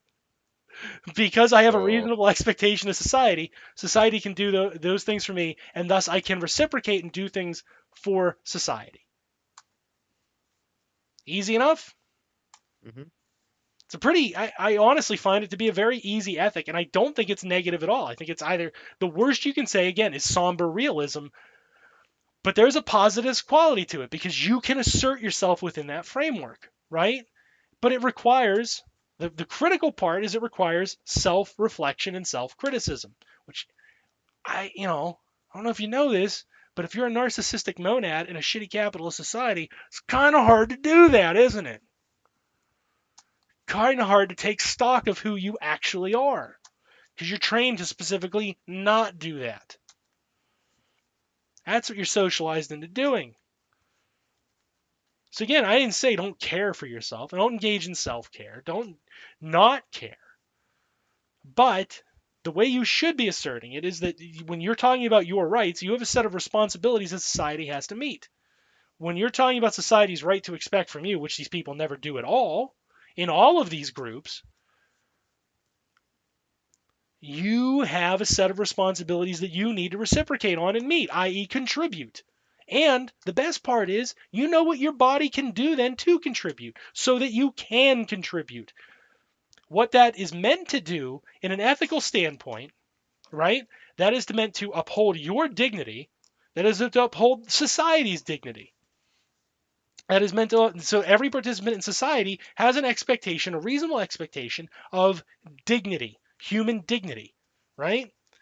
They have a reasonable expectation for all those material needs to be met as part of that dignity because everybody is contributing something to the grand pile of things that need to be done. Whatever that pile is, doesn't matter because you have, what, in our country, 330 million that can contribute something to it, right? Either now or later.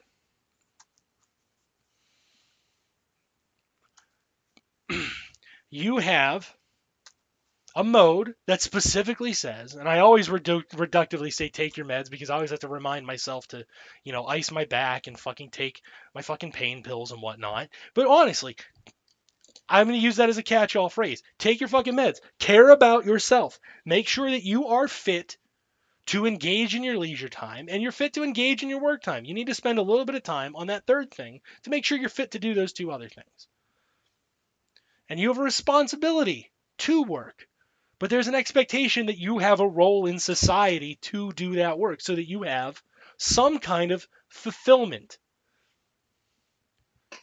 Now, I say it aggressively, but again, tell me what the fuck is negative. None of that's true under capitalism. It can't be true under capitalism. Capitalism has to erode at human dignity and replace mechanisms to re-empower people with more and more ways to oppress them, to be able to acquire that freedom for somebody else. In this sense, you do have freedoms. Because even though you are tethered to the rest of society and you are not a special, unique fucking snowflake, because society is enabling what you need to participate within it, you have the freedom to make decisions that you couldn't do before. Because before you were left to the cruelty of the open market instead of, if you're a market socialist at the very least, a closed, controlled market that is redesigned away from profit, which is the acquisition of personal freedoms.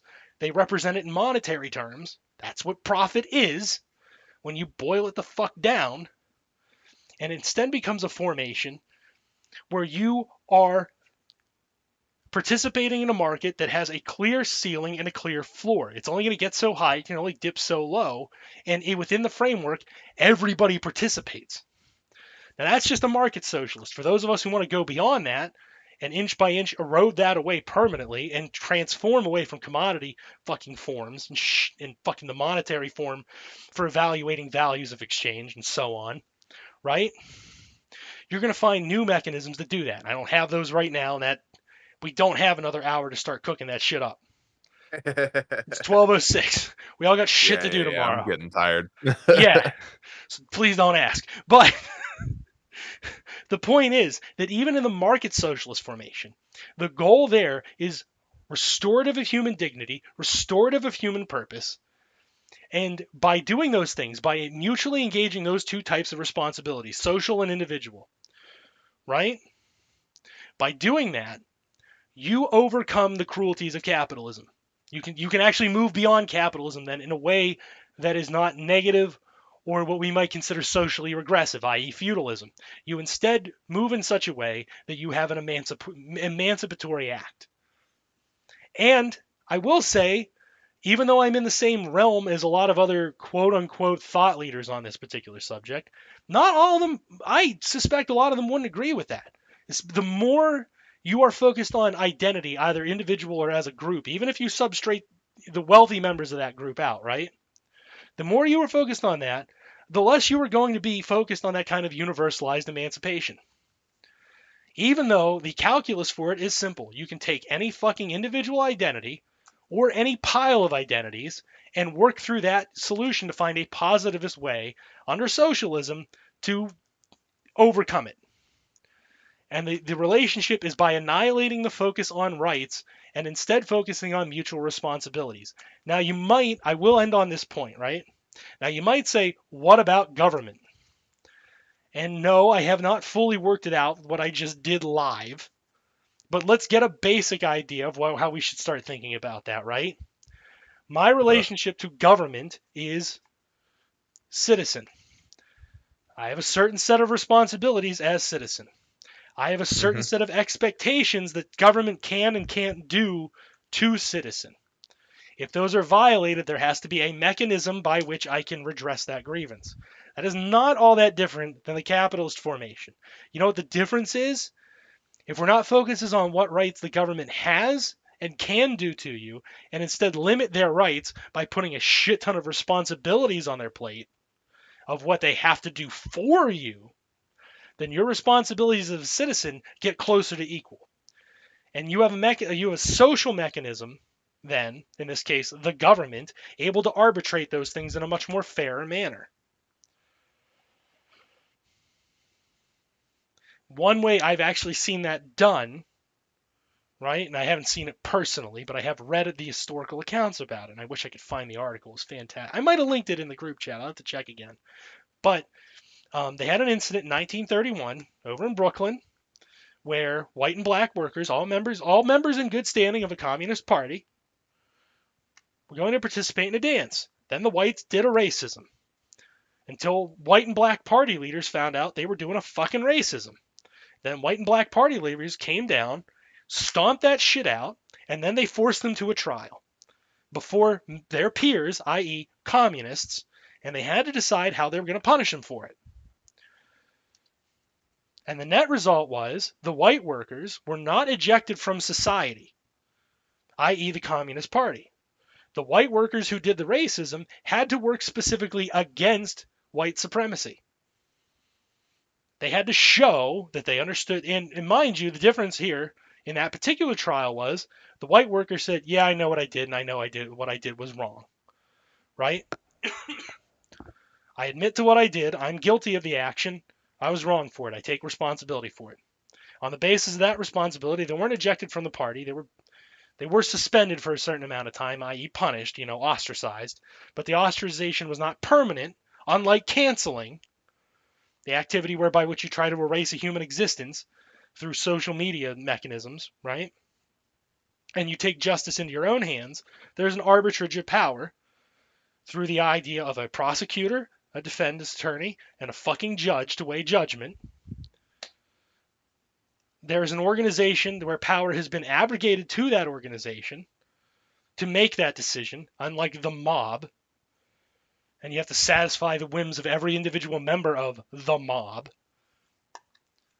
And in the end, the punishment was you have to work specifically against it. In that case, that worker had to spend their leisure time, some of their leisure time, not all of it, but some of it, specifically selling black newspapers. And, you can guess that those newspapers were also coincidentally very pro-worker. But... Always. Yeah.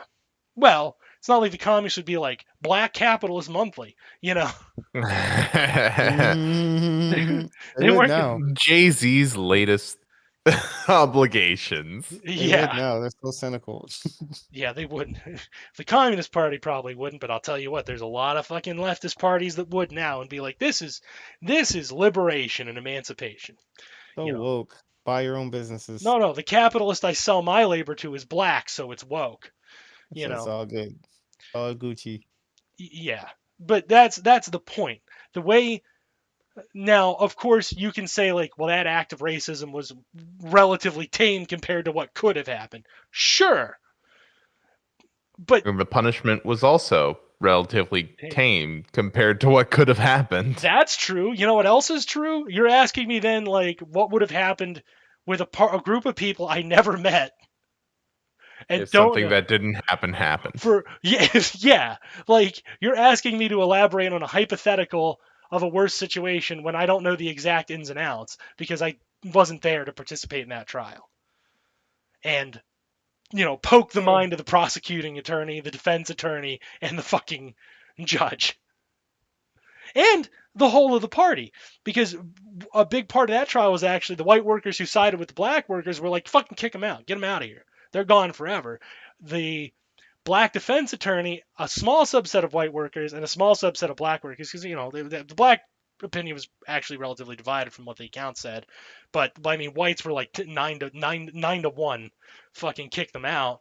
The mitigating factors at play were, again, the guy said, yeah, what I did was racist. What I did was wrong. I did it. I have to own that, right? There's not an abrogation of responsibility, quite the opposite. You're rewarded with a lesser punishment because of that responsibility. But unlike our system that gives you like, oh, well, you can just go free then, right? Probation or whatever, which is essentially going free if you have enough wealth and things like that. None of that factored in. What factored in was your acceptance of responsibility for the negative act. You have to own up that you caused somebody else harm, and then you have to specifically do something for the people you harmed. In our society, you have to pay time and you have to pay money. You have to lose the privilege of being a working class person to instead perform slave work in a prison. which is a very capitalist punishment. I agree with that. 100% that's what a capitalist ought to do. The problem is that doesn't really solve the problem of crime, does it? Doesn't solve these problems. And it also... Pish posh applesauce. What's that? Oh, pish posh applesauce. Yeah. But, you know, that's the kind of thing is in the communist outcome of that particular trial, the goal was to retain the dignity of all workers involved, even though one of them had to clearly be punished somehow. There was more than one that got punished, but you know what I'm saying, right? Like, Yeah, we get it. The offending parties have to be punished. They have to be dealt with in a social situation, but we cannot abridge everybody's dignity, and we cannot make it into something. We cannot make it to where the offender is then more angry at the victim, so that they're incentivized to re-offend. We have to actually solve the problem. The way you're going to do that is by helping that community rather than hurting it. Okay. Now, I also understand, you know, you, again, in the hypothetical, well, what if you killed a black guy? Like, I don't know, man. I don't know how you deal with that one. I assume you go to real capitalist prison at that point. You know, that seems to go beyond the scope of a show trial. But not by far, mind you. Well, I think by pretty far. I think selling newspapers isn't going to cut it in that scenario. You know, but that's my point. I mean, that kind of model of justice where if the abrogation is relatively minor, which I'm not saying it wasn't hurtful for those workers, but their focus was you supported white supremacy by doing this. Now you have to do something to fucking kick the shit out of white supremacy. You have to reciprocate, and that's how you help that community, rather than you need to be punished because you're uniquely bad and all this shit. You know, that was the black defense attorney's argument. Actually, it's like, look, we live in a white supremacist society. It's bound. We're bound to have white supremacists within our ranks. We need to eliminate that kind of thought. They're not going to do that by being isolated from the community. We have to make them, you know, we have to integrate society. We have to get over these fucking barriers if we're all going to be workers. Which, you know, yeah, that's what it's going to boil down to. And I would contend again that basis is responsibility, not rights. Okay. Yeah. So on that note, yeah, that's where my brain's done. Yeah. So, you know, if you want to go madcap on that one night, go for it. But that's, if you want my opinion, I can't stress it enough. It is, again, I can't restate it enough. It is on a mutual responsibility to the other, rather than this notion of rights, which is too flimsy and too easy to break. You know, you brought up what Oregon, you know, my classic, right, my favorite. Dismissive. Well, what Oregon produces the rights, you know, but really, like, yeah, I mean that, but you wanted a more articulated answer, I think. I don't think you wanted me to be dismissive tonight, you know. Yeah, absolutely. Yeah, so there's your articulated answer. Fucker. So Dan's opinion is ultimately that there is a moral obligation we have to each other. We have to build that. I under capitalism, we don't have that. You are as isolated as capitalism wants you to be, but that's an active decision. That is not how it has to be, and we have to overcome that problem. Because the problems that cascade out from that original premise, we live them every day, and they suck. You know, if you want my opinions on what those problems are, go view the rest of our body of work. Yeah. We talk about them quite a fucking lot. Yes, all right. We do. So again, one last shout out to Girls Gut. You can, if you want to support the show directly, patreon.com/Sons of Trier. You can give us $5 a month. You get the Patreon content. We do movie commentaries. We do things where we reveal our pretty faces, and you get to see us, so you can develop a real social relationship. If you comment, we get to see what we're doing. And how we think. You know, we talk a little bit more loosely there. You might get to hear us bitching about other people there. Or you might get to hear Cenk and I like debating the finer points of this shit, free of the need to tell a joke. And the jokes get a little spicier, believe it or not. Oh, just a little. Yeah. But that's mainly because I was eating just raw sriracha. And of course, we respond to comments that aren't true horror. aren't just true aren't just true spamming in the which I promise if you pay for the Patreon, we will make him behave. We will collectively exercise control. We can't guarantee that. If that's what you want. Well, listen, he can't be the only one who comments on our Patreon work. Because we do want your direct feedback. And of course, I'm at KetzerN on Twitter and at TrueHorror69. Follow us. We do a lot of shit on there. That's probably how you got here, frankly. Of course, our Facebook page, we still post the memes. We still provide that service. And now, because we've attracted conservatives, we dunk on conservatives. Ooh. Cenk and I love dunking on conservatives. We do. It is one of my favorites. Oh, yes. Oh, yeah. Go look through those comments one night in the producer mode. It's fucking awesome. They say dumb shit to us all the time. Yeah. It's one of the few joys I have in life. Yeah. That and this dog that's staring at me. I would hope your third joy, or at least like in your top 20, is talking with the rest of us. Yeah. I mean, I'd never admit that on like a live show or anything. Yeah. But yeah, you guys are pretty great. Yeah. I love you guys. Oh wait, shit, are we still live? Yeah. Fuck. I'm sorry. Yeah, what'd you think? He didn't do the ending spiels. Yeah, he stopped in the middle of them to fucking have a love fest after all that. Aww.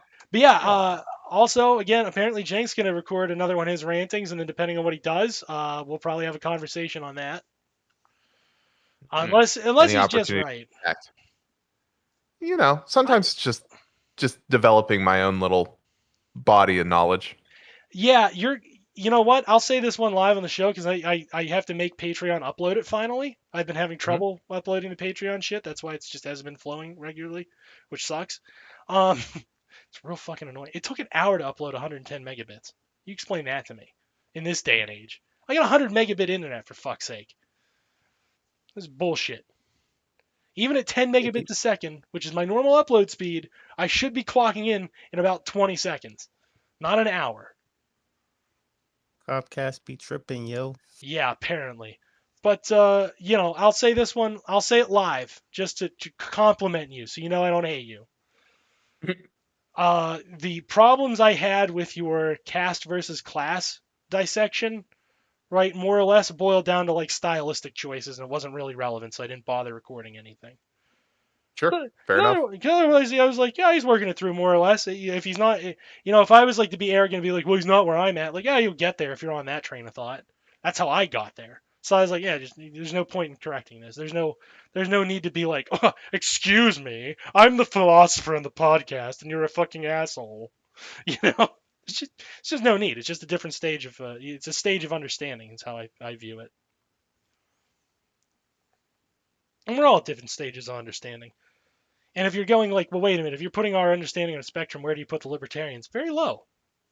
Very low. We knew that. Higher than the conservatives, very low. Yeah. Paleoconservatives to me have the intelligence of like a very. I didn't know there was a difference. Oh, there is. A libertarian hits the threshold of human, but it is like the basic inert human, like you might find, say, in some sort of coma. That level of brain activity, comatose. It's there. Like if you take a paleoconservative or tweeting.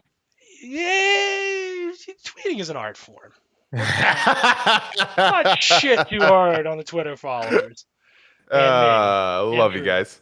Yeah, but if you want to start going, this is just for the if you want my opinion on where the libertarian is, it's the baseline human, right? That's probably how under capitalism you ought to be if you're just a humdrum rando off the street. This hodgepodge of ideas that are entirely contradictory and don't actually function the way you think they do, and you have a very low understanding of material reality. A paleoconservative has the social understanding of something like a really dumb jellyfish. Not a particularly bright form of jellyfish, like something that would easily get caught in a net and then struggle and get ripped apart by the net. Like just something really inferior and spineless without any kind of redeeming qualities, and is, I don't believe in the surplus population phrase, but if you put a gun to my head and said, pick one population that's a surplus population, the person putting the gun to my head is probably the paleoconservative, so I would just say that. Like you don't have the high, like you're below the high functioning animals at that point.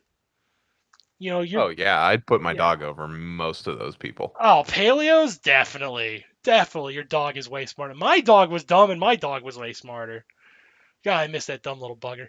But all you have to do is be animals with a mythology that that doesn't exist, never existed. yeah, they're those people who make those racist jokes about grunts and clicks and whistles and shit, but I assume that's how they communicate. So to them, it's not actually racist because they're just talking about people with a different dialect to them because they're subhuman. Yeah. They're certainly sub-modern human. They don't have a very good grasp of reality or material conditions. They live in kind of a fantasy land. I use the word people because they are humans, but let's be real. I'm really kind of stretching that definition. Yeah, it's a In the same way that Homo erectus was technically a people. Right. In the way that Neanderthals were like people, but not like people like us. Well, they got subsumed for reasons, right? We're not gonna get into the Neolithic specifics here. Yeah. Well, they were licking a lot I get of what rocks. you're trying to say. Yeah, they're licking rocks for moss. When the sun goes away at night, they think the world's over, and then they're surprised and overjoyed that they've been reborn the next day. But they can't articulate those thoughts, but that's what they are. Just right. Real low. You mean they haven't mastered object permanence? Yeah, they haven't mastered object permanence. That puts them in the level of a toddler. Fascinatingly enough, I consider if I were to use that scale, you'd be like, well, where do you put the neoliberals? Something like a mind flayer. Highly intelligent creatures, very, very destructive, to the point where that intelligence doesn't actually preclude them from the need. Quite literally, we have to eliminate neoliberal ideology precisely because of the intelligence. They're very smart people. They're just very evil. It's that point where morality starts to begin, actually. Because we know what the bottom floor is, and it's the neoliberal. Like, the fascist is like a smart dog. Mitch McConnell. Yeah, it's not like Mitch McConnell's like a smart dog. It knows how to get what it wants, but it's really kind of animalistic in its thinking. It just does the trick it's been trained to do. Yeah, and notably, unlike a smart dog, it is evil. Most smart dogs, I would say dogs can have morality. They can have a baseline good bad. And in the case of a smart dog, most of them are probably going to be good or neutral. Yeah. These ones are definitely all the evil smart dogs. The ones who are vindictive, they're like, oh, I didn't get fed. Time to piss on your favorite thing. The ones who are like, oh, you're everything. Yeah. The ones who are like, you're a minute late to feeding me. Time to piss on it. All right. And then mad when you're like worried about the piss not feeding them, so they piss again. Like, that's what I mean. Vindictive animals. Good night. Good night.